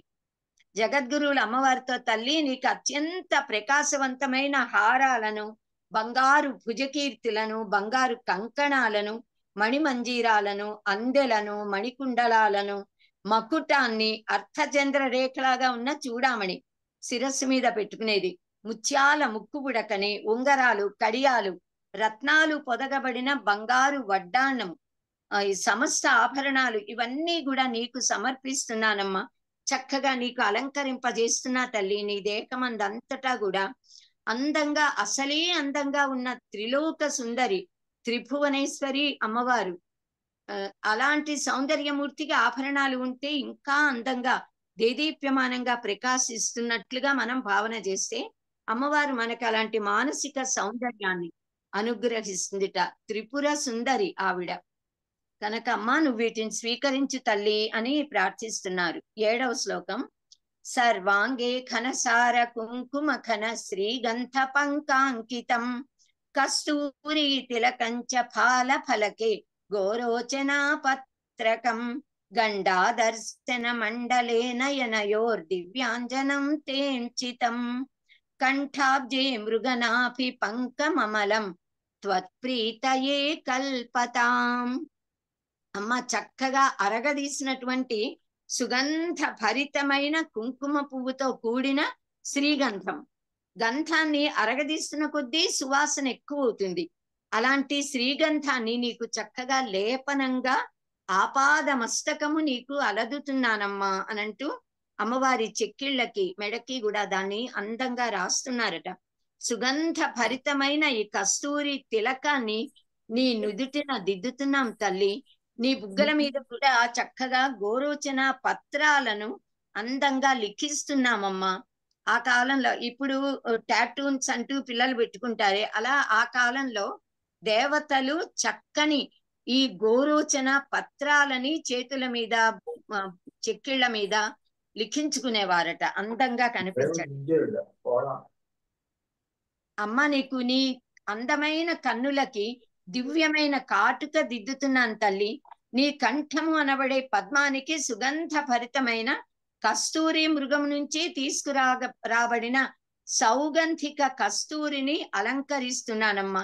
ఇవన్నీ కూడా నా భావనతో నీ ప్రీతి కోసం చేస్తున్నాను, నన్ను అనుగ్రహించు తల్లి అంటూ ఈ శ్లోకంలో అమ్మవారికి కుంకుమ, శ్రీగంధం, గోరోచనం, కాటుకలు, కంఠాభరణాలు, కంఠానికి ఆభరణంగా గంధాన్ని సమర్పించడాన్ని తెలియజేశారు.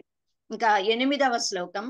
కల్హారోత్పల మల్లికామరువకై సౌవర్ణ పంకేరుహై జాజీ చెంపక మాలతీ వకుళకైర్ మందార కుందాదిభిః కేతక్యాకరవీరకైర్బహువిధై క్లుప్తాక్స్రజో మాలికాః సంకల్పేన సమర్పయామి వరదే సంతుష్టయే గృహ్యతాం. వరదే అంటున్నారు, వరాలనిచ్చే తల్లి అని. అమ్మ మా అందరికీ కూడా వరాలని అనుగ్రహించు తల్లి అంటూ నానా రకాలైన వివిధ పూల మాలికలని సమర్పిస్తున్నారు. నీకు ఎర్ర కలువలు, నీలోత్పలాలు, మల్లెలు, మరువకం, బంగారు రంగులో ఉన్న పద్మాలు, జాజి పూలు, చెంపకాలు, మాలతీ కుసుమాలు, మందారాలు, వకుళ పుష్పాలు, ఇంకా కుంద పుష్పాలు, అనేకమైన పూలను, మొగలి రేకులతో గన్నేరు పూలతో కూడా తయారు చేయబడిన అలంకారాలని, పుష్పమాలికలని నీకు సమర్పిస్తున్నానమ్మా. నా సంకల్పంతో, నా భావనతో తయారు చేసిన ఆ అందమైన కుసుమ కదంబ మాల నీకు సమర్పిస్తున్నా, సంతోషంగా తీసుకో తల్లి, మమ్మల్ని అనుగ్రహించమ్మా అంటూ ప్రార్థిస్తున్నారు. మనందరికీ కూడా సద్గుణాలు కలగాలి, శారీరక మానసిక సౌందర్యం లభించాలి అంటే అమ్మవారికి పుష్పాలను, శ్రీగంధాన్ని సమర్పించాలి. గంధము పరమాత్మకి సమర్పిస్తే సౌందర్యం వస్తుందిట. కుబ్జ గంధాన్ని ఇచ్చింది శ్రీకృష్ణ పరమాత్మకి. ఆవిడని త్రిలోక సౌందర్య రాశిగా చేశాడు కృష్ణుడు కుబ్జని. అలా కుబ్జ ఉదాంతం వల్ల మనకి తెలుస్తుంది పుష్పాలంకరణతో ముక్తిని పొందగలుగుతా అంట మనం. ఒక్కొక్క పువ్వుకి ఒక్కొక్క ఫలాన్ని చెప్పారు మనకి. ఇంకా 9వ శ్లోకం. హంతారం మదనస్య నందయస్యైరంగైరనంగోజ్వలైః యైః భృంగావళి నీలకుంతల ఫరైః బధ్నాసి తస్యాశ్రయం తాని మాని తవాంబ కోమలతరాణ్యామోదలీలా గృహాత్ ఆదాయ దశాంగు గుగ్గులు ఘృతైః ధూపైరహం ధూపయే. తాని మాని తవాంబ కోమలతరాణ్యామోదలీలా గృహాన్యాదాయ దశాంగు గుగ్గులు ఘృతైర్ధూపైరహం ధూపయే. ఈ శ్లోకంలో నల్లని ఒత్తైన అమ్మవారి కేశ పాశాలకి చక్కని అగరు ధూపాలని వేస్తున్నారు. అమ్మవారి కురులని కానీ ఆ కబళి బంధం జుట్టు ముడి దాన్ని దర్శించగలిగితే ఆ క్షణాన ముక్తి లభిస్తుందిట. మోహ విచ్ఛేదం అవుతుందిట. అజ్ఞానం నశించిపోతుందిట. అజ్ఞానం నశించడం అంటే జ్ఞానం కలగడం, జ్ఞానాదేవత కైవల్యం. ఆ క్షణానే సద్యోముక్తి. కనుక అలాంటి చల్లని తల్లికి అమ్మ యొక్క నల్లని కురులకు దశాంగు గుగ్గులు ధూపాన్ని అగరు ధూపాన్ని వేస్తున్నారని చెప్పారు ఇక్కడ. తన 3వ కంటి జ్వాలతో మన్మథుణ్ణి దగ్ధం చేసిన ఈశ్వరుడికి ఆనందాన్ని కలిగించేటటువంటివి, మన్మథుణ్ణి పునర్జీవితుణ్ణి గావించినట్టివి అయిన 9 రెక్కలలా నిగనిగలాడుతూ ఉండే పరమేశ్వరుడికి పరవశం కలిగింపజేసే, అనంగ ప్రతిభ కలిగిన, సహజ సుగంధం కలిగిన, పట్టుకుచ్చులాగా అత్యంత మృదువుగా ఉన్న ఒత్తైన పొడుగాటి శిరోజాలాలుట అమ్మవారివి. వాటికి అత్యంత భక్తితో పరిమళోపేతమైన గంధం దశాంగు గుగ్గుల గోఘృతంతో కలిపినటువంటి ధూపాన్ని పొగని వేస్తున్నానమ్మా అనంటూ, అమ్మా ఇదంతా నీ ఆనందం కోసం చేస్తున్నాను తల్లి, స్వీకరించమ్మా అని ప్రార్థిస్తున్నారు. 10వ శ్లోకం. లక్ష్మీ ముజ్వలయామి రత్న నివహ ఉద్భాస్వత్తరే మందిరే. లక్ష్మీ ముజ్వలయామి రత్న నివహోద్భాస్వత్తరే మందిరే. మాలారూప విలంబితైర్మణిమయ స్తంభేషు సంభావితైః చిత్రైర్హాటక పుత్రికాకరధృతైః గవ్యైర్కృతైర్వర్ధితైః దివ్యైర్దీపగణైర్ధియా గిరిసుతే సంతుష్టయే కల్పతాం. అమ్మా తల్లి, నీకు ఆనందం కలిగించడం కోసం దీపాన్ని సమర్పిస్తున్నానమ్మా అంటున్నారు ఆదిశంకర్లు. అమ్మవారిని హే గిరిసుతే అని సంబోధించారు. హే పర్వతరాజపుత్రి. ఎవరికైనా వాళ్ళ అమ్మ పేరుతోనో, నాన్నగారి పేరుతోనో, భర్త పేరుతోనో ఆడవారికి చెప్తే పరమానందం కదా. కనుక అందుకని శ్లోకాలలో అందరిని గురించిన సంబోధనలు ఉంటాయి భక్తులు స్తోత్రించేటప్పుడు. హే పర్వతరాజపుత్రి పార్వతీదేవి, లక్ష్మీ కళలతో రత్న రాశులతో అత్యంత ప్రకాశవంతంగా ప్రకాశిస్తున్న నీ మందిరంలో మాలలుగా వేలాడదీసిన మణిమయ స్తంభాలయందు గౌరవప్రదంగా అమర్చబడినటువంటి విచిత్రాలైన బంగారు ప్రతిమల చేతులలో ప్రమిదలలో ఆవునేతితో చేయబడి వెలిగించబడి దేదీప్యమానంగా ప్రకాశిస్తూ వర్ధిల్లుతున్న దీప మాలికలను నా బుద్ధితో భావన చేసి నీకు సమర్పిస్తున్నాను తల్లి. ఇదంతా నీకు సంతృష్టి కలిగించడానికే అమ్మ, కనుక నువ్వు దయతో స్వీకరించు అని ప్రార్థిస్తున్నారు. అంటే అమ్మవారు ఏ దేవీ దేవతల ఆలయాలైనా అక్కడ మణిమయ స్తంభాలు ఉంటాయి. అక్కడ అమ్మాయిల ప్రతిమలు, వారు భక్తులు, అమ్మవారి సేవకులు. ఆ అమ్మాయిలా ఉన్న ఆ విగ్రహం చేతిలో ప్రమిద ఉంటుంది, అందులో దీపాలు వెలిగిస్తారు. అలాగే మనం కూడా అమ్మవారి మణిమయ మందిరం అంతా కూడా కాంతులతో ఎలా ప్రకాశిస్తుందో, అంటే ఆ బంగారు ప్రతిమలు వాటి చేతుల్లో ఉన్న ప్రమిదలలో దీపాలు వెలిగించి దీప సమర్పణ చేస్తే ఆ దేవాలయం, ఆ ప్రాంగణం అంతా ఎలా ఆ వెలుగుతో నిండుతుందో, అమ్మవారు ఆనందిస్తుందో, అలా మన హృదయంలో కూడా మనము హృదయంలో ఉన్న అమ్మవారికి మనలో ఉన్న అజ్ఞానం అనే తిమిరాన్ని పోగొట్టేలాగా జ్ఞాన జ్యోతులని వెలిగించాలి, అది అమ్మకి సమర్పించాలి అని మనం భావం చేయాలి. 11వ శ్లోకం.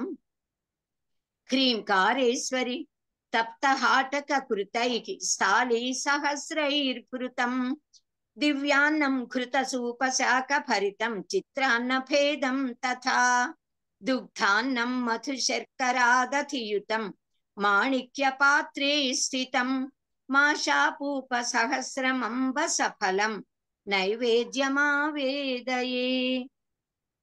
ఈ శ్లోకంలో ఆదిశంకర భగవత్పాదులు భావనతో, పిండి వంటలతో, ఫలాలతో కూడిన మహా నైవేద్యాన్ని నివేదన చేస్తున్నారు. హ్రీంకారేశ్వరి అంటే హ్రీంకారానికి ఈశ్వరి అమ్మవారు. అంటే హ్రీంకార అధిదేవత. ఆవిడ త్రిభువనేశ్వరి దేవి, లలిత పరాభట్టారిక. హ్రీం శబ్దం చేత ఆనందించే తల్లి, హ్రీంకారము చేత తెలియబరచబడే తల్లి. ఆవిడే హ్రీంకారేశ్వరి. అమ్మ బాగా కాల్చి చక్కగా చేయబడిన, ఉజ్వలంగా ప్రకాశిస్తున్న వేల కొద్ది బంగారు గిన్నెలలో దివ్యమైన భోజన పదార్థాలని, భక్ష్య భోజ్య చూష్య లేఖ్య పానీయాలతో కూడిన షడ్రసోపేతమైన ఆహార పదార్థాలని, అన్నము, నేతితో చేసిన కూరలు, పప్పులు, చిత్రాన్నాలు, తేనెలు, చక్కెరలు కలిపి చేసిన పాలన్నాలు, మిరియాలతో చేసిన పెరుగన్నాలు, మాణిక్య పాత్రలలో సిద్ధం చేశాను తల్లి. గారెలు, అప్పాలు లాంటి మధుర పదార్థాలు వండానమ్మా. అవన్నీ కూడా చక్కగా బంగారు పాత్రలు పెట్టాను తల్లి. వీటన్నిటినీ నీకు నైవేద్యంగా సమర్పిస్తున్నాను, ఆరగించి సంతుష్టి చెందమ్మా అని ప్రార్థిస్తున్నారు. మనము మన హృదయంలో ఉత్పన్నమయ్యే సద్భావాలని, సల్లక్షణాలని, సద్గుణాలని వంటకాలుగా అమ్మవారికి నివేదన చెయ్యాలి, సమర్పించాలి. 12వ శ్లోకం. తాయైర్వరకేతకీదళ రుచా తాంబూల వల్లీదళైః పూగైర్భూరి గుణైః సుగంధి మధురైః కర్పూర ఖండోజ్వలైః ముక్తాచూర్ణ విరాజితైర్బహువిధైః వక్త్రాంబుజామోదితైః పూర్ణారత్న కళాచికా తవ ముదే న్యస్తా పురస్తాదుమే. ఉమే అని సంబోధిస్తున్నారు అమ్మా ఉమాదేవి. అసలు ఉమా అనే నామమే అత్యంత మహిమోపేతమైన నామం. ఓం అనే ప్రణవాక్షరాన్ని అలా తిరిగి రాస్తే అది ఉమా. ఆ ఊ మా ఉన్నాయి ఓంకారంలో, ఊ మా ఆ ఉన్నాయి. ఉమా అంటే ఉమా అనే నామమే ఓంకారము, ప్రణవ బీజాక్షరం ఇది. ఓ ఉమాదేవి జగన్మాత, భోజనానంతరము నీ సంతోషం కోసం స్వచ్ఛమైన మొగలి ఆకుల కాంతి వంటి కాంతితో సమానమైన కాంతి గల శ్రేష్టమైన లేత తమలపాకులను, అంటే నాగవల్లి దళములు అని అంటాము, వాటిని మేలిమి ముత్యాలతో తయారు చేసిన తెల్లని సున్నము. ఆ సున్నాన్ని జాగ్రత్తగా ఎంత కావాలో అంతే కొద్దిగా పూసి, శ్రేష్టమైన వక్కపొడి కొద్దిగా వేసి, పచ్చకర్పూరంతో చేసిన సుగంధ ద్రవ్యాలను కూడా కలిపి పరిమళ భరితమైన తాంబూలాన్ని సిద్ధపరిచి ఉంచానమ్మా. ఇదిగో నీకు ఇస్తున్నాను, స్వీకరించు తల్లి. ఈ తాంబూలాలు ఉంచిన బంగారు పళ్ళెం పక్కనే రత్నాలు పొదగబడిన ఒక చిన్న బంగారు కళాచికని పెట్టానమ్మా, నీ ముందు ఉంచుతున్నాను తల్లి. దయచేసి నీవు ఆ తాంబూలాన్ని నములుతున్నప్పుడు కొద్ది కళికని తీసి అందులో పెట్టడం మటుకు మర్చిపోవద్దమ్మా. ఆ చిన్న కళికని నేను నీ కుమారుడిని, నీ భక్తుని, భక్తురాలిని, కూతురిని నేను స్వీకరిస్తే నాకు నీ సంపూర్ణ అనుగ్రహంతో జ్ఞానం కలుగుతుంది, పాండిత్యం కలుగుతుంది తల్లి, నన్ను అనుగ్రహించమ్మా అంటూ ప్రార్థించి తాంబూలాన్ని ఇస్తున్నారు. ఆ తాంబూలం తిన్న మూక శంకరులు ఏ విధంగా అమ్మవారిని స్తోత్రించారో ఆ విధంగా తల్లి నీవు కనుక నాకు పాండిత్యాన్ని అనుగ్రహిస్తే ఆ పాండిత్యంతో నిన్ను స్తోత్రించాలనుందమ్మా అని కనుక మనం ప్రార్థిస్తే అమ్మవారు మనకి జ్ఞానాన్ని, పాండిత్యాన్ని, వాక్ శక్తిని, భావ ప్రకటన శక్తిని, ఆ భాషని, పదాలని మనకి అనుగ్రహిస్తుంది. కనుక మనకి జ్ఞానం కలగాలి, కవిత్వ పటిమ రావాలి అంటే అమ్మవారి తాంబూల చర్వణ విశేషాన్ని గురించి స్తోత్రించి ధన్యులమ్మవాలి కనీసం. 13వ శ్లోకము. కన్యాభి కమనీయ కాంతిభిరలంకారామలార్తిక పాత్రే మౌక్తిక చిత్ర పంక్తి విలసత్ కర్పూపాళిభిః ఉత్తత్తాళ మృదంగ గీత సహితం నృత్పదాంభోరుహం మంత్రారాధన పూర్వకం సువిహితం నీరాజనం గృహ్యతాం. ఈ శ్లోకంలో అమ్మవారికి ఆనంద మంగళ కర్పూర నీరాజనాన్ని సమర్పిస్తున్నాము. కమనీయమైన కాంతితో తేజరిల్లే కన్యల చేత అత్యంత అద్భుతంగా అలంకరించబడిన హారతి పళ్ళెము, ఆ పళ్ళెంలో ముత్యాలతో అలంకరించబడిన ముగ్గులు, ఆ ముగ్గుల మధ్యలో కర్పూర దీపాలను ప్రజ్వలింపజేసి తాళ మృదంగ గీత నృత్యాదులతో వేద మంత్రాలతో అమ్మా నీకు నేను నీరాజనం సమర్పిస్తున్నాను తల్లి, దీన్ని స్వీకరించమ్మా. అందమైన సుందరీమణులు వాళ్ళు నయనానందకరంగా శ్రవణానందకరంగా గీతాలను ఆలాపిస్తూ నర్తిస్తూ చేతిలో ఉన్న హారతి పళ్ళాలతో నీకు నీరాజనాన్ని సమర్పిస్తున్నారమ్మా. కనుక నీవు వీటన్నిటినీ స్వీకరించి నన్ను ఆనందింపచేయ తల్లి అని మేము మానసికంగా ఇలా ఆనంద మంగళ కర్పూర నీరాజనాన్ని నీకు సమర్పిస్తున్నాము, వీటిని స్వీకరించి అనుగ్రహించమ్మా అని ప్రార్థిస్తున్నారు. ఇంకా 14వ శ్లోకంలో లక్ష్మీర్మౌక్తిక లక్ష కల్పిత సిత ఛత్రంతు ధత్తే రసాన్ ఇంద్రాణీ చ రతి చ చామరవరే ధత్తే స్వయం భారతి వీణా మేణ విలోచనా సుమనసాం నృత్యంతి తద్రాగవత్ భావైరాంగిక సాత్వికైః స్ఫుటరసం మాతస్తదా కర్ణ్యతాం. మాత అని అమ్మా, హే మాత జగజ్జనని అని ఇక్కడ సంబోధిస్తున్నారు. మాత అనంటేనే అసలు మనకి ఏవి కావాలో దాన్ని కొలిచి మనకి ఇస్తుందిట అమ్మవారు. ఎవరు దేనికి ఎంత అర్హులో అంతా మనకి అనుగ్రహించే తల్లి. మాత అంటే తల్లి, తల్లి కరుణ అపారమైనది. అసలు మనకి ఎంత కావాలో అంత కాదు, అంతకు మించిన శుభాలని మనకి కలిగించే తల్లి. కనుక హే జగజ్జనని నిన్ను సేవించాలనే సంకల్పంతో శ్రీ మహాలక్ష్మీదేవి 1,00,000 ముత్యాలతో తయారు చేసిన శ్వేత ఛత్రాన్ని నీకిలా పట్టుకుందమ్మా. లక్ష్మీదేవి గొడుగు పట్టుకుంటుంది లలిత అమ్మవారికి. ఇంద్రాణి అయిన శచీదేవి మరియు మన్మథుని ఇల్లాలైన రతీదేవి ఇద్దరు కూడా ఎంతో భక్తితో నీకు 2 వైపులా ఉండి చామరాలతో వీస్తూ సేవిస్తున్నారు తల్లి. మనకి సచామర రమావాణి సవ్యదక్షిణ సేవిత అని చెప్తారు. లలితా పరాభట్టారికకి సరస్వతీదేవి లక్ష్మీదేవి వింజామరలు వీస్తున్నారని. అందరి దేవతలు అమ్మవారిని సేవించుకుంటారు. సాక్షాత్తుగా శ్రీ మహా సరస్వతీదేవి అమ్మవారి ఆనందం కోసం వీణానాదాన్ని ఆలపిస్తోందిట. గానం చేసి గానంతో స్తోత్రిస్తూ అమ్మకి ఆనందం కలిగిస్తోంది. ఆ గానానికి వీణానాదానికి అనుగుణంగా అప్సరసలు మధుర స్వరంతో గానం చేస్తూ నాట్యాలు చేస్తున్నారట. నృత్యాలని ఆ అమ్మకి ఆనందం కోసం నర్తిస్తున్నారట. ఆ నాట్య భంగిమలలో అంటే వివిధ నృత్య భంగిమలతో ఆంగిక సాత్విక భావ వ్యక్తీకరణలతో రసపోషణ చేస్తూ అమ్మకి ఆనందాన్ని కలిగిస్తూ అమ్మవారి దివ్య లీలలని గురించి రసభరితంగా గానం చేస్తూ నర్తిస్తున్నారట. కనుక అమ్మ నీ లీలల గురించి విన్నాం మేము. ఎన్ని లీలలు ఉన్నాయో వాటన్నిటినీ సమర్పించడానికి చెప్పడానికి మా వశము కాదమ్మా. కనుక కొద్ది మాత్రపు లీలలని మాత్రమే మేము వర్ణిస్తున్నాము. నీ లీలలు అనంతమైనవి. కనుక ఎన్నిసార్లు అలా కీర్తించినా అవి అనంతాలే. ఎంతమంది దుష్ట దైత్యులను దునిమావో, ఎందరు భక్తులను అనుగ్రహించావో అవన్నీ కూడా వీరందరూ ఈ నర్తిస్తున్న భక్త నర్తకీ మణులు వీరు ప్రదర్శిస్తున్నట్లుగా నేను మానసికంగా భావన చేస్తూ నేను కూడా నీ భక్తుడిని భక్తురాలిని నీ ఆనందం కోసం నర్తిస్తున్నాను తల్లి, గానం చేస్తున్నానమ్మా, వీణా వాద్య మృదంగాలను అన్నిటినీ వాయిస్తున్నాను తల్లి అని మానసికంగా భావన చేసి ఈ సేవలన్నీ అమ్మకి సమర్పించాలి.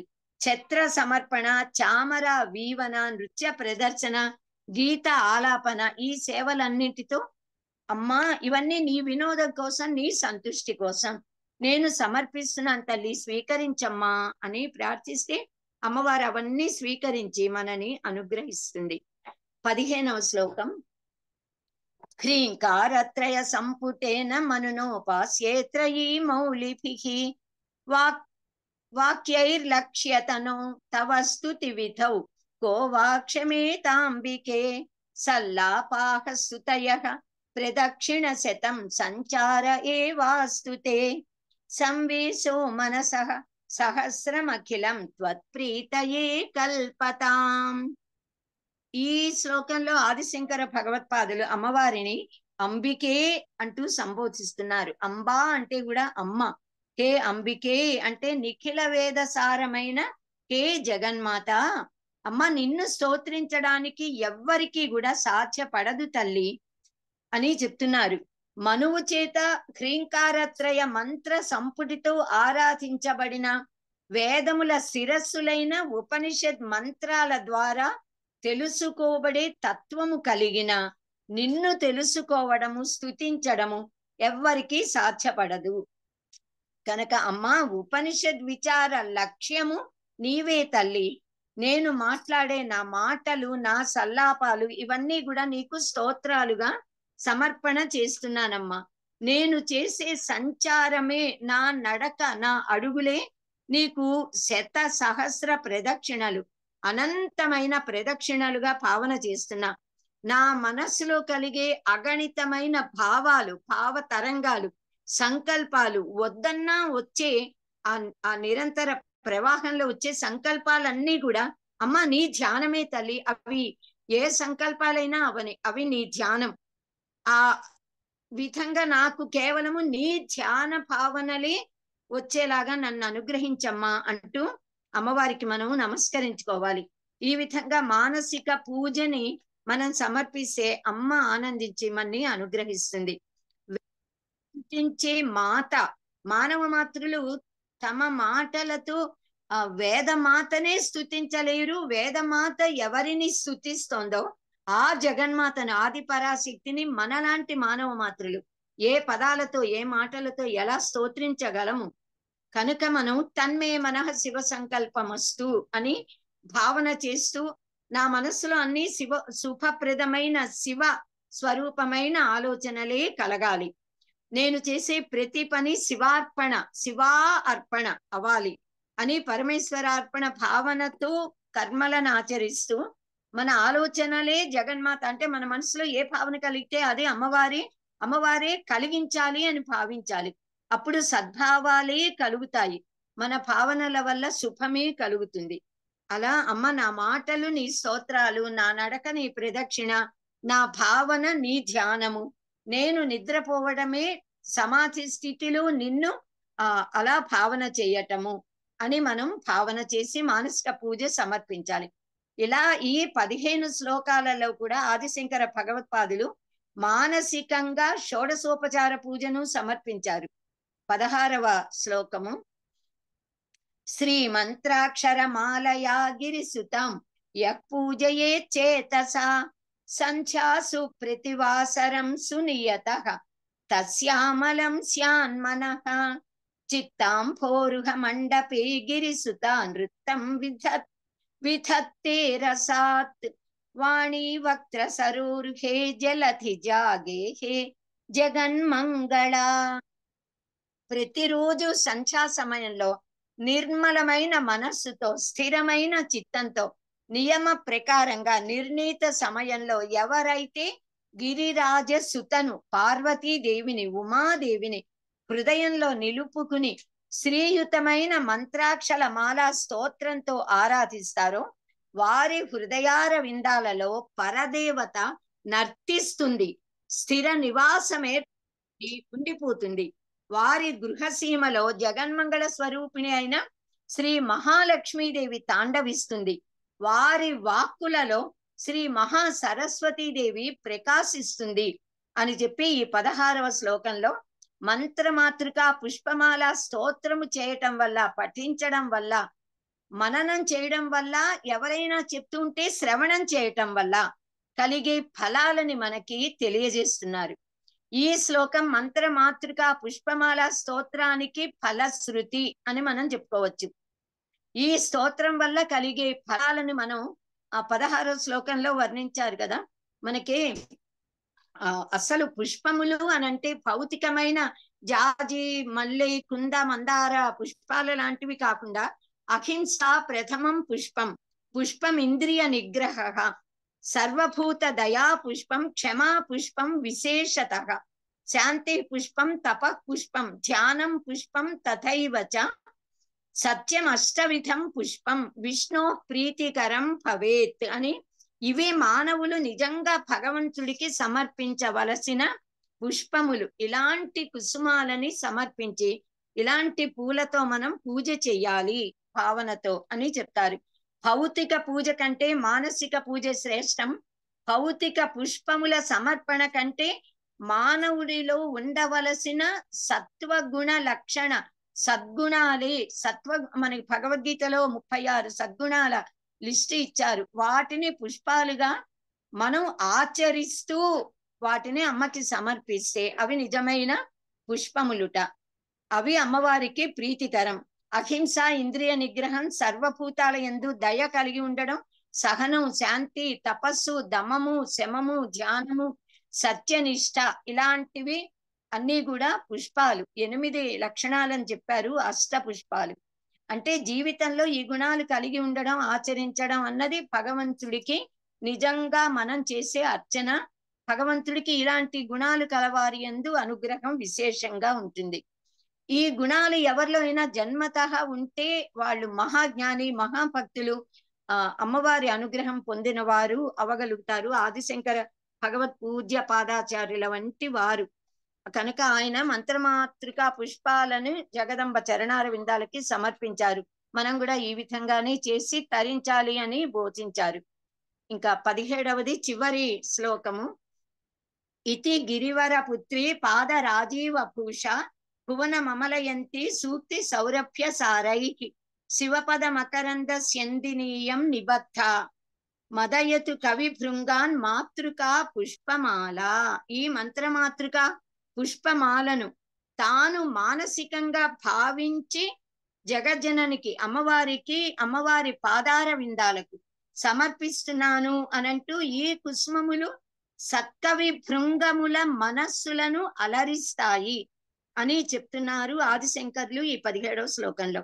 ఈ మంత్రమాతృక పుష్పమాల జగన్మాత యొక్క పాదార విందాలకు అందెలలాగా, కాలి అందెలలాగా ప్రకాశించుగాక. మధురమైన సుగంధ భరితమైన అర్థాలను కలిగిన ఈ స్తోత్రము యావత్ విశ్వాన్ని కూడా స్వచ్ఛంగా పవిత్రముగా విలసిల్లేలా చేయుగాక. పరమశివుని పాద పద్మాల యందు స్రవించే ప్రవహించే ముక్తి మధువును స్రవింపజేస్తున్న ఈ స్తోత్ర అక్షత పుష్పమాల జగన్మాతకు మనము ధరింపజేస్తున్నట్టుగా మనము భావన చేయదుముగాక. ఈ మాలని మనమే తయారు చేశాము, మనమే కూర్చాము, మనమే అమ్మవారికి అలంకరిస్తున్నాము అని మనం కనుక భావన చేస్తే ఈ మంత్రమాతృక పుష్పమాల స్తోత్ర శ్రవణం చేత, పఠనం చేత మనకి ఆ నిజంగా చేసిన ఫలం లభిస్తుంది. ఈ స్తోత్ర కుసుమమాల ఇది సత్కవులు అనబడే శ్రేష్ఠులకి వారి యొక్క మనోభృంగములను అలరించుగాక. అంటే ఆ పూలని తుమ్మెదలు పూల చేత ఆకర్షించబడి రాలుతాయి పూల మీద, వాటి మకరందాన్ని గ్రోలుతాయి. సత్కవులు చేస్తున్న ఇలాంటి ఈ ఆరాధన స్తోత్రము అమ్మవారికి ఆనందాన్ని కలిగిస్తుంది.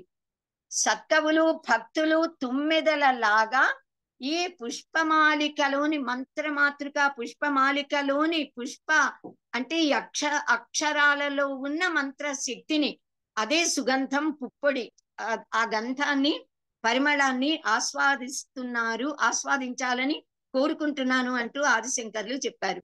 గురువు గారు శిష్యులకి బోధిస్తారు. దాన్ని గ్రహించవలసింది, లబ్ధి పొందవలసింది శిష్యుడే. మనం తెలుగులో చెప్తాం కదా, అరటి పండు తొక్క తీసి ఇవ్వగలం కానీ దాన్ని తినిపించలేము.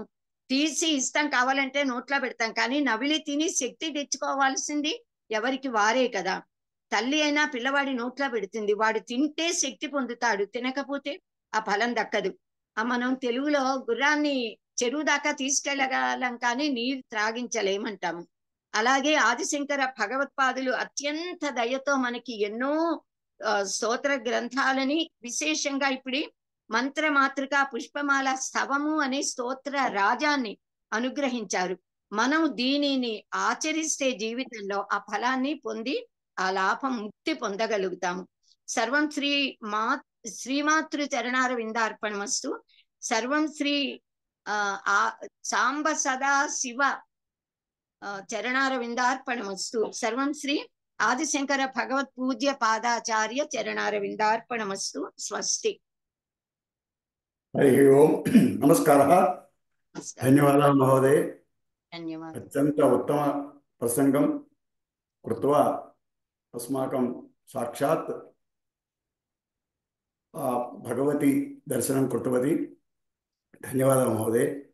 చాలా చక్కటి ఉపన్యాసం చేసి మీరు సాక్షాత్ భగవతి కంచి పరమహంస కామాక్షిదేవి లలితా భట్టారిక దర్శనం చేయించినందుకు చాలా చాలా చాలా ధన్యవాదాలు. మా అందరి తరఫున మీకు అర్పిస్తున్నాను. ఆ దర్శనమే కాదు, సాక్షాత్ భారతదేశాన్ని శారదా పీఠం దగ్గర నుంచి కంచి పీఠం దాకా దర్శింపజేశారు. పూజా విధానాన్ని ఎంత చక్కగా చేయాలి, ఏ విధంగా చేయాలి అనే విధానాన్ని కూడా చక్కగా తెలియజెప్పారు. ఒక్కొక్క 15 శ్లోకాల్లో, 16 శ్లోకంలో ఫలశ్రుతి, 17 శ్లోకంలో సందేశం, ఆశీర్వాదం, ఇవన్నీ కూడా ఆ భగవత్ శంకర పాదుల దగ్గర నుంచి మీ ద్వారా మాకు అందినందుకు మా అందరి తరఫున మీకు ధన్యవాదాలు సమర్పిస్తున్నాను. ఇప్పుడు ఏమన్నా వాళ్ళ భావాలు తెలియజేయాలంటే వాళ్ళందరినీ ఆహ్వానిస్తున్నాం. సుమిత్ర గారు, రమేష్ గారు, సురేష్ గారు. అమ్మ శ్రీ గురుభ్యో నమః. అమ్మ ఇది ఏ టైం అయినా చదువుకోవచ్చా? ఎప్పుడైనా చదువుకోవచ్చమ్మా. మనం స్నానం చేసి శుచిగా ఉన్నప్పుడు ఎప్పుడైనా చదువుకోవచ్చు. పొద్దున్న, మధ్యాహ్నం, సాయంత్రం ఎప్పుడైనా చేయొచ్చమ్మా. సంతోషం. ఓకే మేడం, ఇప్పుడు ఇది చదివిన తర్వాత అయ్యవారికి కూడా ఒక శ్లోకం ఏదైనా చదవాలా, అవసరం ఉందా లేదా? అంటే మామూలుగా మనం లక్ష్మీదేవి చదివినప్పుడు విష్ణుమూర్తికి చదివినప్పుడు లక్ష్మీదేవికి ఒకటి అన్న స్తోత్రం చదువుతాం కదా, అట్లా మంచిది. చదవాలి అనే నియమం ఏం లేదు. ఇందులోనే అమ్మవారిలోనే ఈశ్వరుడు ఉంటాడు, ఈశ్వరులో అమ్మవారు ఉంటుంది. చదివితే ఎప్పుడూ మంచిదే. అమ్మవారి స్తోత్రం అయ్యాక స్వామి వారిది, ఈశ్వరుడి స్తోత్రం అయ్యాక అమ్మవారిది మనం చదువుతూ ఉంటాం. అందులో తప్పులేదుగా. ఇది పూజ, షోడశ ఉపచార పూజ. మనం అమ్మవారు అంటే స్వామివారిని కూడా ఆవాహన చేసేసుకోవచ్చు మానసికంగా. అప్పుడు అమ్మవారిని, స్వామివారిని కూర్చోబెట్టి మనం పూజ చేసుకోవచ్చు.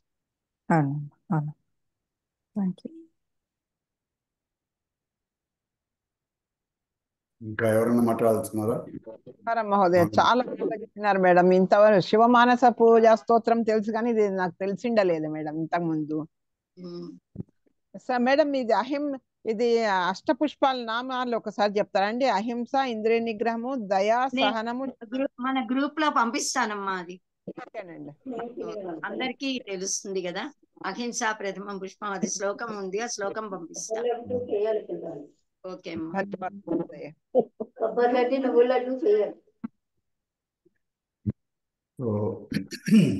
అమ్మా. చెప్పండి. నమస్తే అమ్మా, సురేష్ బాబుని. ఆయతనవాన్ భవతి అంటే కొంచెం అర్థం చెప్తారమ్మా? ఆయతనము అంటే నివాస స్థానము, ఇల్లు, గృహము, నివసించే స్థలం.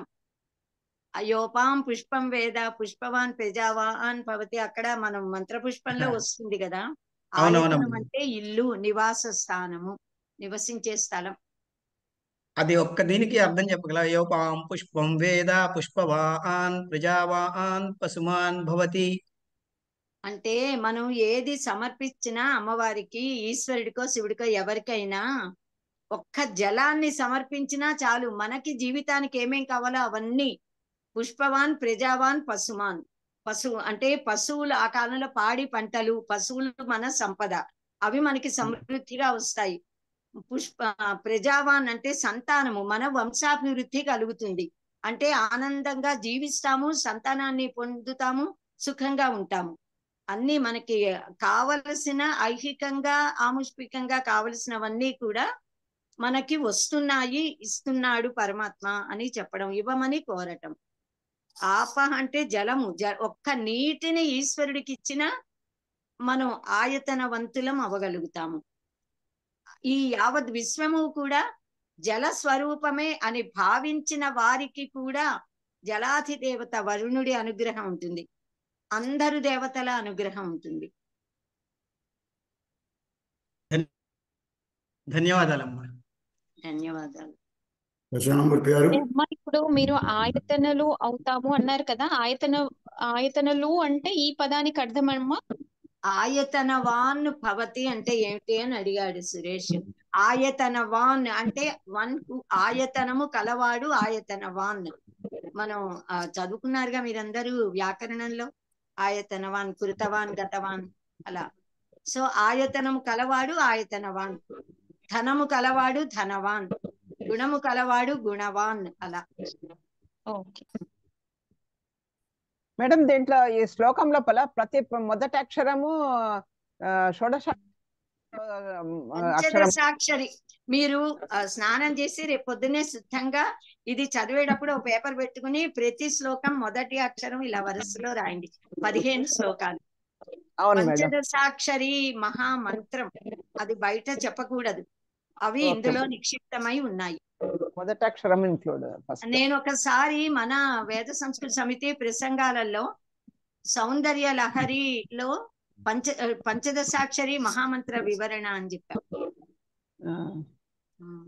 అంటే పంచదశాక్షరి బీజాక్షరాలు అస్సలు చెప్పలేదు, ఓన్లీ హ్రీం బీజం మటుకు తీసుకున్నా. అది లేకపోతే చెప్పలేము, అది ఆధారం మధ్య ఉంటుంది. ఆ పైన కింద ఉండి రాజహంస రెక్కలతో ఎలా విహరిస్తూ వెళ్తుంది అన్నది చూపించారు ఆదిశంకర్లు అందులో ఆ శ్లోకంలో, పరమాత్మకంగా సౌందర్య లహరిలో. ఇప్పుడు మీరు కూడా రాజరాజేశ్వరి దేవిని చూపించారు. లక్ష్మి, సరస్వతి, ఇంద్రాణి అందరినీ చూపించేశారు మనం.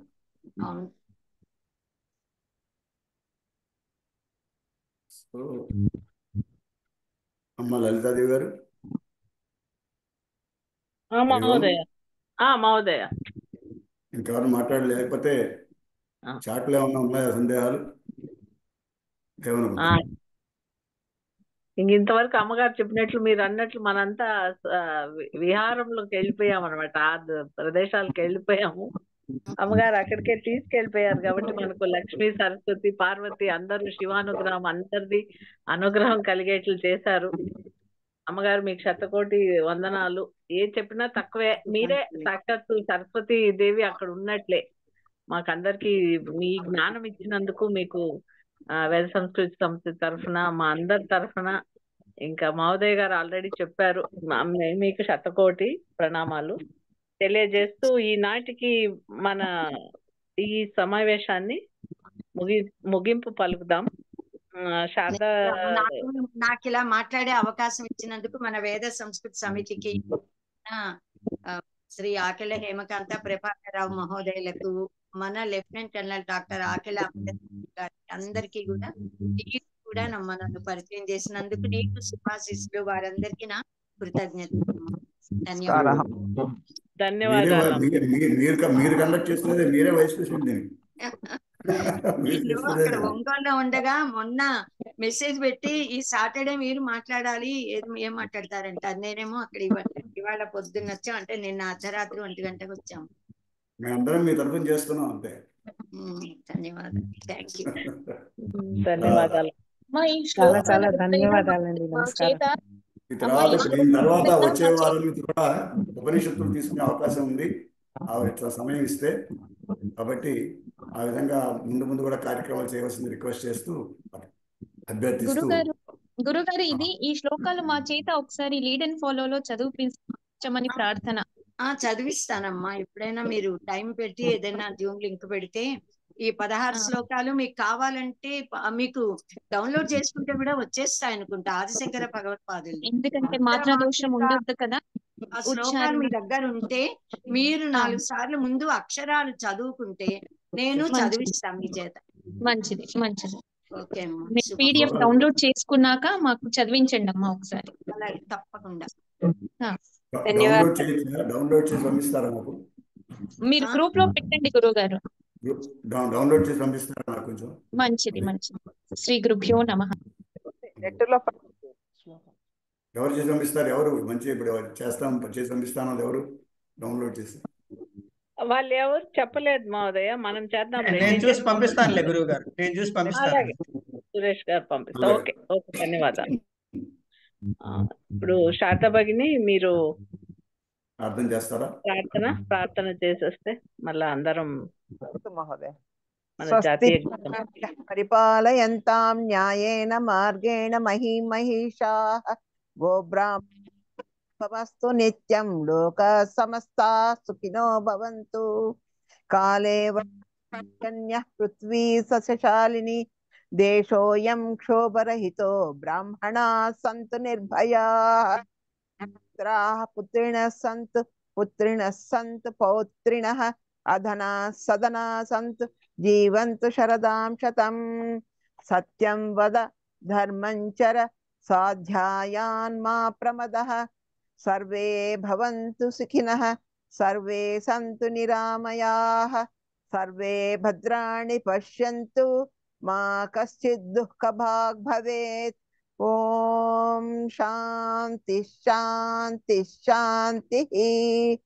ఓం పూర్ణమదః పూర్ణమిదం పూర్ణాత్ పూర్ణముదచ్యతే పూర్ణస్య పూర్ణమాదాయ పూర్ణమేవావశిష్యతే. ఓం శాంతి శాంతి శాంతి. సర్వే జనా సుఖినో భవంతు. స్వస్తి. ధన్యవాదాలు మహోదయ్. ఇప్పుడు అందరం నిలబడదాము. జాతీయ గీతం వినిపిస్తారు మన భగిని గారు.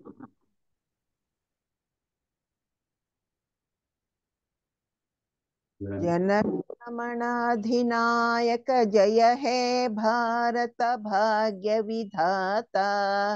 పంజాబ సింధు గుజరాత్ మరాఠా ద్రావిడ ఉత్కళ వంగా వింధ్య హిమాచల యమునా గంగా ఉచ్ఛల జలధి తరంగా.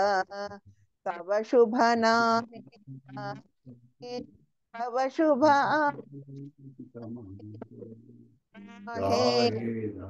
జయ గాథా జనగణ మంగళదాయక జయ హే భారత భాగ్య విధాత. జయ హే జయ హే జయ హే జయ జయ జయ జయ హే. జై హింద్, జై హింద్, జై శ్రీరామ్, జై శ్రీరామ్, జై శ్రీరామ్. రేపు మళ్ళా కార్యక్రమం ఉంది. మనకి సంస్కృత పంచతంత్ర కథా పఠనం. సర్వేభ్యः స్వాగతం వ్యాహరామి. ఆగచ్చంతు. ధన్యవాదాలు మహోదయ. Shall I end the session? నమస్కారం. సమాప్తం కుర్మః. నమస్కారः సర్వేభ్యः. నమస్కారం.